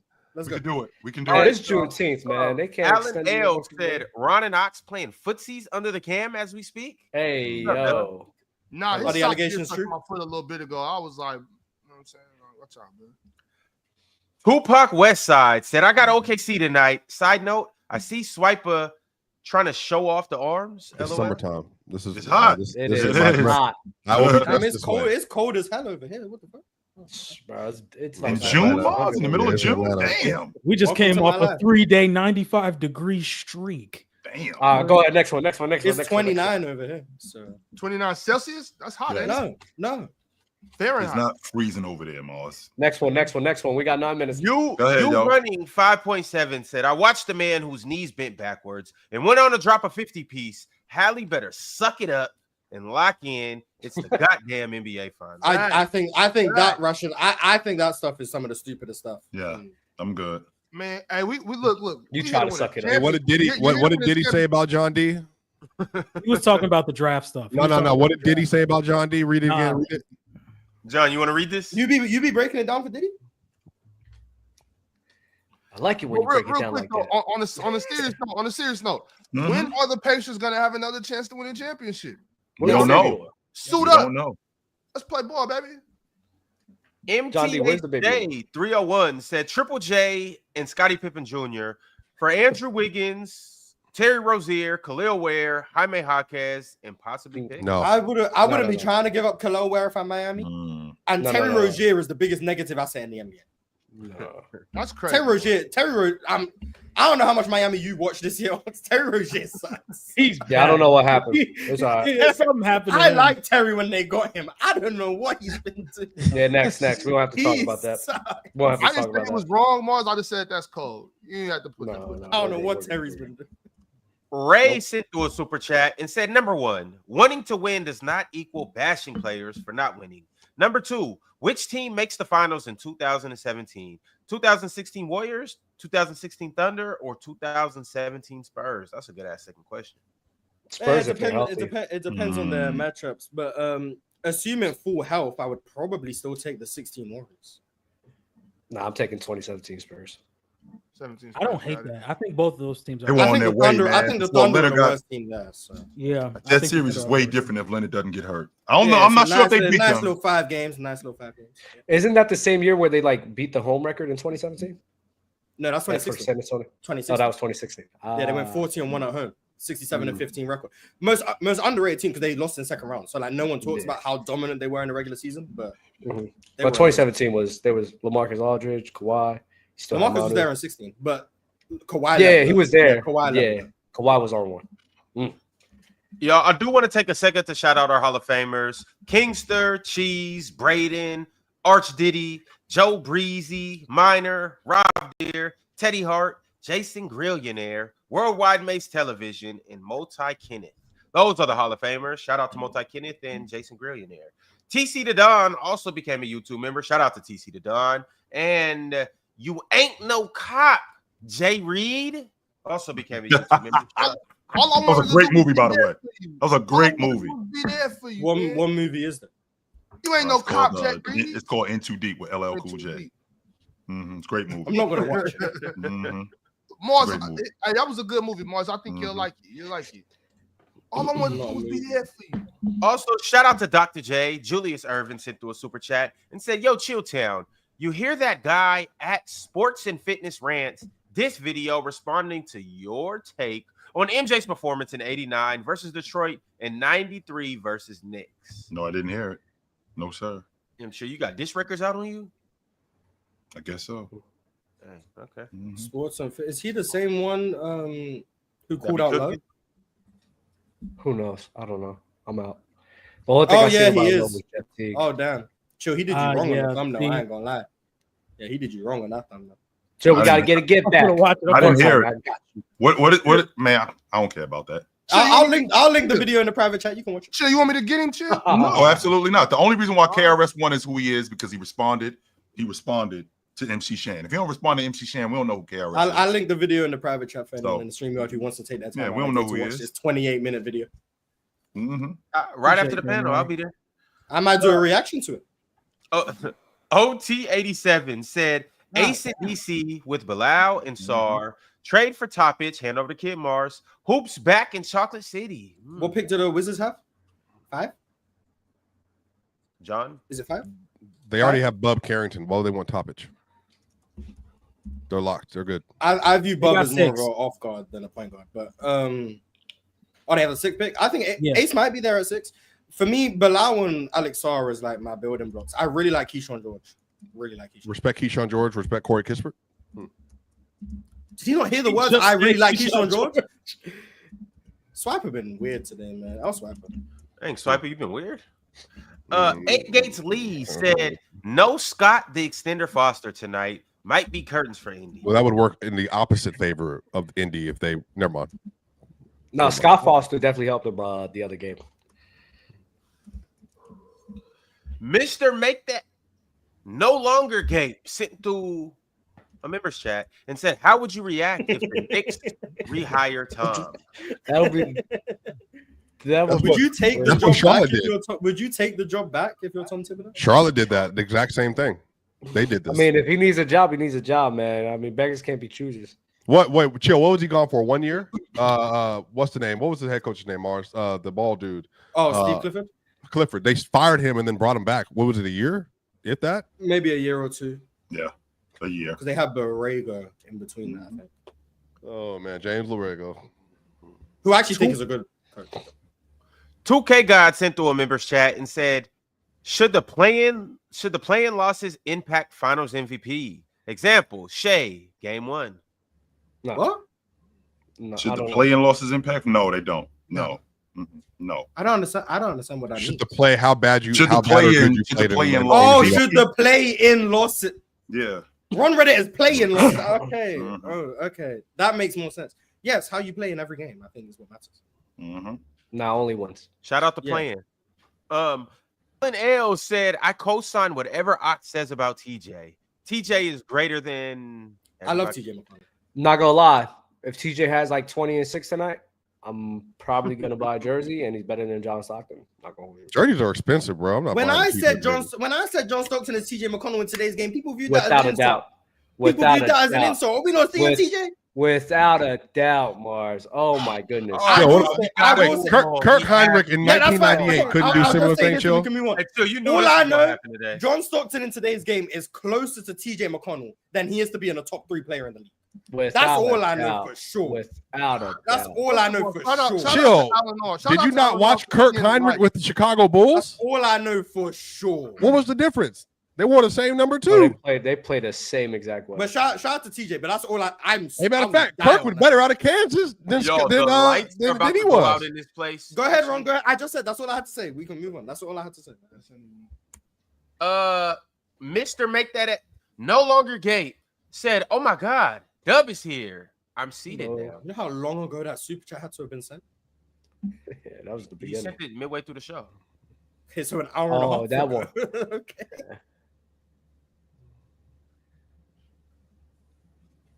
You're muted. Can't hear you, Ron. I don't care for votes. You cannot convince me SGA two-way. SGA great, but not defensively. I can't believe I'm listening to a Kobe SGA combo. What we doing here? I think SGA is a positive on defense. That's about it. But it there. It depends how you define two-way. Is two-way elite on both sides, or is it just elite on one side and a positive on the other? I just think I remember these combos. I think it would be I elite. remember that. if it's elite on both sides, then I don't view Kobe in the later. You said Trey was two-way because you got to value it all together, right? Yeah, I did say that. That's another thing. That's another thing I also do. Every player doesn't every great player play defense? They're on the court for the defense possessions. They're all everybody, by technicality. My pushback was basically that the argument of this player is a two-way player, this guy is not. My issue was like, if your impact is 50-50 offense and defense, technically you're a two-way guy. But if my impact overall still trumps yours, my two-way impact is still higher. That was the argument I was making. But I understand the term two-way and I use it. That's what on off. But like that was just me, I guess, overthinking things. But no, I still use two-way and I use two-way in its proper context. Yeah, but that was the avenue I was trying to. I've seen a player be a plus 16 in the playoff setting defensively and then call it cone. Leaf Diggy, Dub, it's been a long time, little bro. I'll see you soon. Shout out next super chat, Mars. Whoop. What's that say? Whoopity scoopity. What y'all think the Hawks need to do to get in the top half of? I thought they were on their way before them injuries screwed them up. I do. Yeah. Top half of the East and maybe reach the Eastern Conference Finals. That's a tough bar because you got Cleveland, New York, Indiana teams I think are just better than them. Orlando now. Can they catch up to a team like Detroit? Maybe. I think Deandre Ayton would actually kind of work for them. Like I would be willing to invest in a Deandre Ayton. I would say keep the 3-and-D wings piling in and fill up Jalen Johnson. What pick do they have this year? They have 13th. Or 13th, 14th. The 13th or 14th, yeah, one of them. They should be able to get someone at that pick. I like some of the prospects they can bring in. Colin Murray Boyles. 3-and-D. I need more. I need some more shooting. Trey Young got to start converting more. I got y'all taking Con Knipple. That's y'all guy. Hey, John D. So who's that? The Hawks getting the 13 is what the Hawks getting the 13 is what stopped us from getting the pick, right? Yeah, y'all would have. I think y'all had to get like 14 or something like that. I forgot. Okay, but yeah, I think the Hawks pick is y'all pick, and then they have Ron. Read that super chat, please. They have the Lakers pick as well. Adam West said, "Ron, my man, it's Men's Mental Health Month, and I see." And I still see PC still stealing money from my account. It's driving me nuts, yo. You gonna drive this dude crazy? Shout out mental health. Yeah, we got mental health, man. If shout out mental health. There's avenues, man. Go seek help. Man. Go talk to some people. Black men. You can talk. BetterHelp. BetterHelp.com. You can use no one needs to go through anything alone, man. Right, people in your life. I think you can use Locked On NBA for $20 off, or 20% off, or 10% off your first month or something like that, or first session with BetterHelp. So you can go to BetterHelp and do that. Mad Max Sports Talk. A lot of your mental health is predicated on what you put in your body. You know what I'm saying? Absolutely. Drink a lot of water, get some cardio. Get outside, get some sunlight. Like take care of yourself. Stop staying up till 3 a.m. in the back of somebody's club watching somebody. No. Did the voters Did the voters working though, Ox? That's different. Okay, Jonathan Frazier officially done with Ace Crackhead Bailey. I do not like that implication at all. Saw a report that he wanted a giraffe promise from Philly before meeting his agent, robbing him blind man. Some of the decisions pre-draft have been questionable. Yeah, the decisions are questionable. I just don't like when like we come up here and be like, oh, I don't like how he interviewed, or I don't like how he spoke to GMs. We're not drafting these guys. Our job is to talk about these guys on the floor. I don't necessarily agree with like the personality thing. Like I mean, if that's some people's like, if that's what y'all like that's cool. But I'm just more of a, what is he doing on the floor? How good can he be? Bro, he's 18 years old, bro. Like, yeah, like I'm not worried about some pre-draft interviews. Like I'm just worried about what's his strength. I mean, with that being said, though, John D, when You don't get to see most of when it. you are about to when you're going to draft somebody and invest in them for probably at least the next 4 years, I think interviews do matter. Now, yeah, I'm not saying they're invalid. I'm not saying that they don't matter. What I'm saying is, as for me, I'm not drafting these guys. I'm just on YouTube talking about them. Like, yeah, if you're just gonna talk about the game, see, that's kind of tricky. Like, you know what I'm saying? Because it's like if we don't talk about that now, like in the draft process, what if they were to make silly mistakes, young mistakes, or just do stupid shit like Henry Ruggs? You know what I'm saying, or something like that. It's kind of like maybe if we would have paid attention to the draft interview, we probably would have seen this kid's he's a Nimrod. You know what I'm saying? I just think there's a lot of interviews we don't see. That's right, Martin. Shador Sanders, bad interviewer, quote unquote. I can't wait. A Bailey, I hope you drop the 30th overall. That'd be great. Mo, happy. I didn't know that. Happy Pride Month, Mars. Yeah, happy Pride Month, everybody up here. Dang, Next super chat. And happy mental health month. Yep. I do find that funny how they put that in. I got homosexual people in my family. Well, Frank, W your family chill. Appreciate it. W Swipe for doing the Stairmaster 1 mile treadmill. Next, you got this 1 mile treadmill. No, I didn't go right outside. Next super chat. We got multi Kenny. Shout out to talk to this inward John. Shout out to my dog. I say with some bass. Hey, talk to this nigga, John. Shout out to my He's talking about you, by the way. He's talking about you. Yeah, he was. I know. I'm sure he was. And John D flapping and clapping for Lakers and Luka. And he was flapping and clapping for the Denver and Jokic. We don't have to. Can we get the Diddy? Yeah, bro. Is Diddy for John D? We leave Diddy out of this. Is Diddy for John D or no? All right, look, Diddy's a Lakers fan. Who knew? Let's trade Bronny for Jared Allen, Niang, and picks. Hey, Jared Allen would be like the perfect big for the. He would be. I promise you. Hey, you think I'm insufferable now? Jared Allen would be like. Hey, did you see the Twitter bar, by the way? It said with that shaggy run that he got. Baby, is your last name Niang? Because you looking real gorgeous. Oh yeah, I see that. Good bar. Please don't try that. I can do it right now. Literally will work. DSG Piccolo, look, it'll work right now. Get Ayton off my I don't believe it. Put it and bring me Chris Paul. You can come to San Francisco and you can see and watch work in action. Need that leap he brings to players he mentors. I think if you're a team with a young point guard, someone you view as a franchise player, like a Portland, maybe with Scoop, Chris Paul would be very high on my priority list. I'll just say that. Very high on my priority. Yeah. Or Utah with Isaiah Collier. And Chris Paul's a winner, bro. Maybe on the fence, but you can Chauncey and Chris Paul as your mentors as a Portland point guard. Yeah. You ain't got much choice but to figure out. Jonathan Frazier, guys, Ayton is on an expiring deal, and he's playing in Portland with Scrubby Bubbies. Luka, Braun, and AR will have that man in all-star conversations. Shout out, Joel. And it's a contract year, so you know what I'm looking at, Mars. I'm looking at 23, 13, two blocks. I think he will second team All-Pro. So he's Julius Randle, basically. Edmund Williams Jr. He's Hassan Whiteside. Edmund Julius literally done this twice. This is in another year. Edmund Williams Jr. Pop quiz for Chill, and this is a perfect question for you, Chill. Can you name the leader in all-time total blocks at each of the 5 positions? If he doesn't get it right, someone else can try. Ooh, that's interesting. Olajuwon at the 5, Scottie Pippen at the 3, Dwayne Wade at the 2. Is Hakeem? Dwayne Wade over Jordan? Hakeem's the all-time block leader, so yes. I don't know who the point guard. They're about to look back on this moment and be embarrassed like it was 2 years ago. The 4 is pretty obvious, no? Duncan. I'm sorry, Duncan. I'd assume the point guard is John Wall, but or Gary Payton maybe. That's crazy. Yeah. I'd assume it's John Wall. Olajuwon at the 5, Duncan at the 4. John Wall, man, that's crazy. Who did I say at the 3? Oh, it is, yeah, John Wall. Scottie Pippen. It's Scottie. Yeah, Scottie. Because I remember hearing that John Wall passed Jason Kidd. And Dwayne Wade at 2. And yeah, so John Wall at the 1. I remember hearing that he passed Jason Kidd. Julius. Maybe you're right, Swiper. John Wall does deserve to be in the conversation. That is true. All-time leader in blocks? Yes, sir. I think the small forward is Karolinko. I thought Mark Eaton blocks per game, yeah, but blocks per game, that's what it was. Got it. Yeah, good. I mean, Chill, you're the one for that. That was a great response by you. Trayvon Ray, shout out Trayvon Henderson, the new New England Patriots, going to be a fantasy gold mine this year. Ayton got popped for steroids, 25 games. He did get suspension, and don't use any of that strength. I agree with John, though. He's better than Miles, in my opinion. Again, you said that. You said that, John D.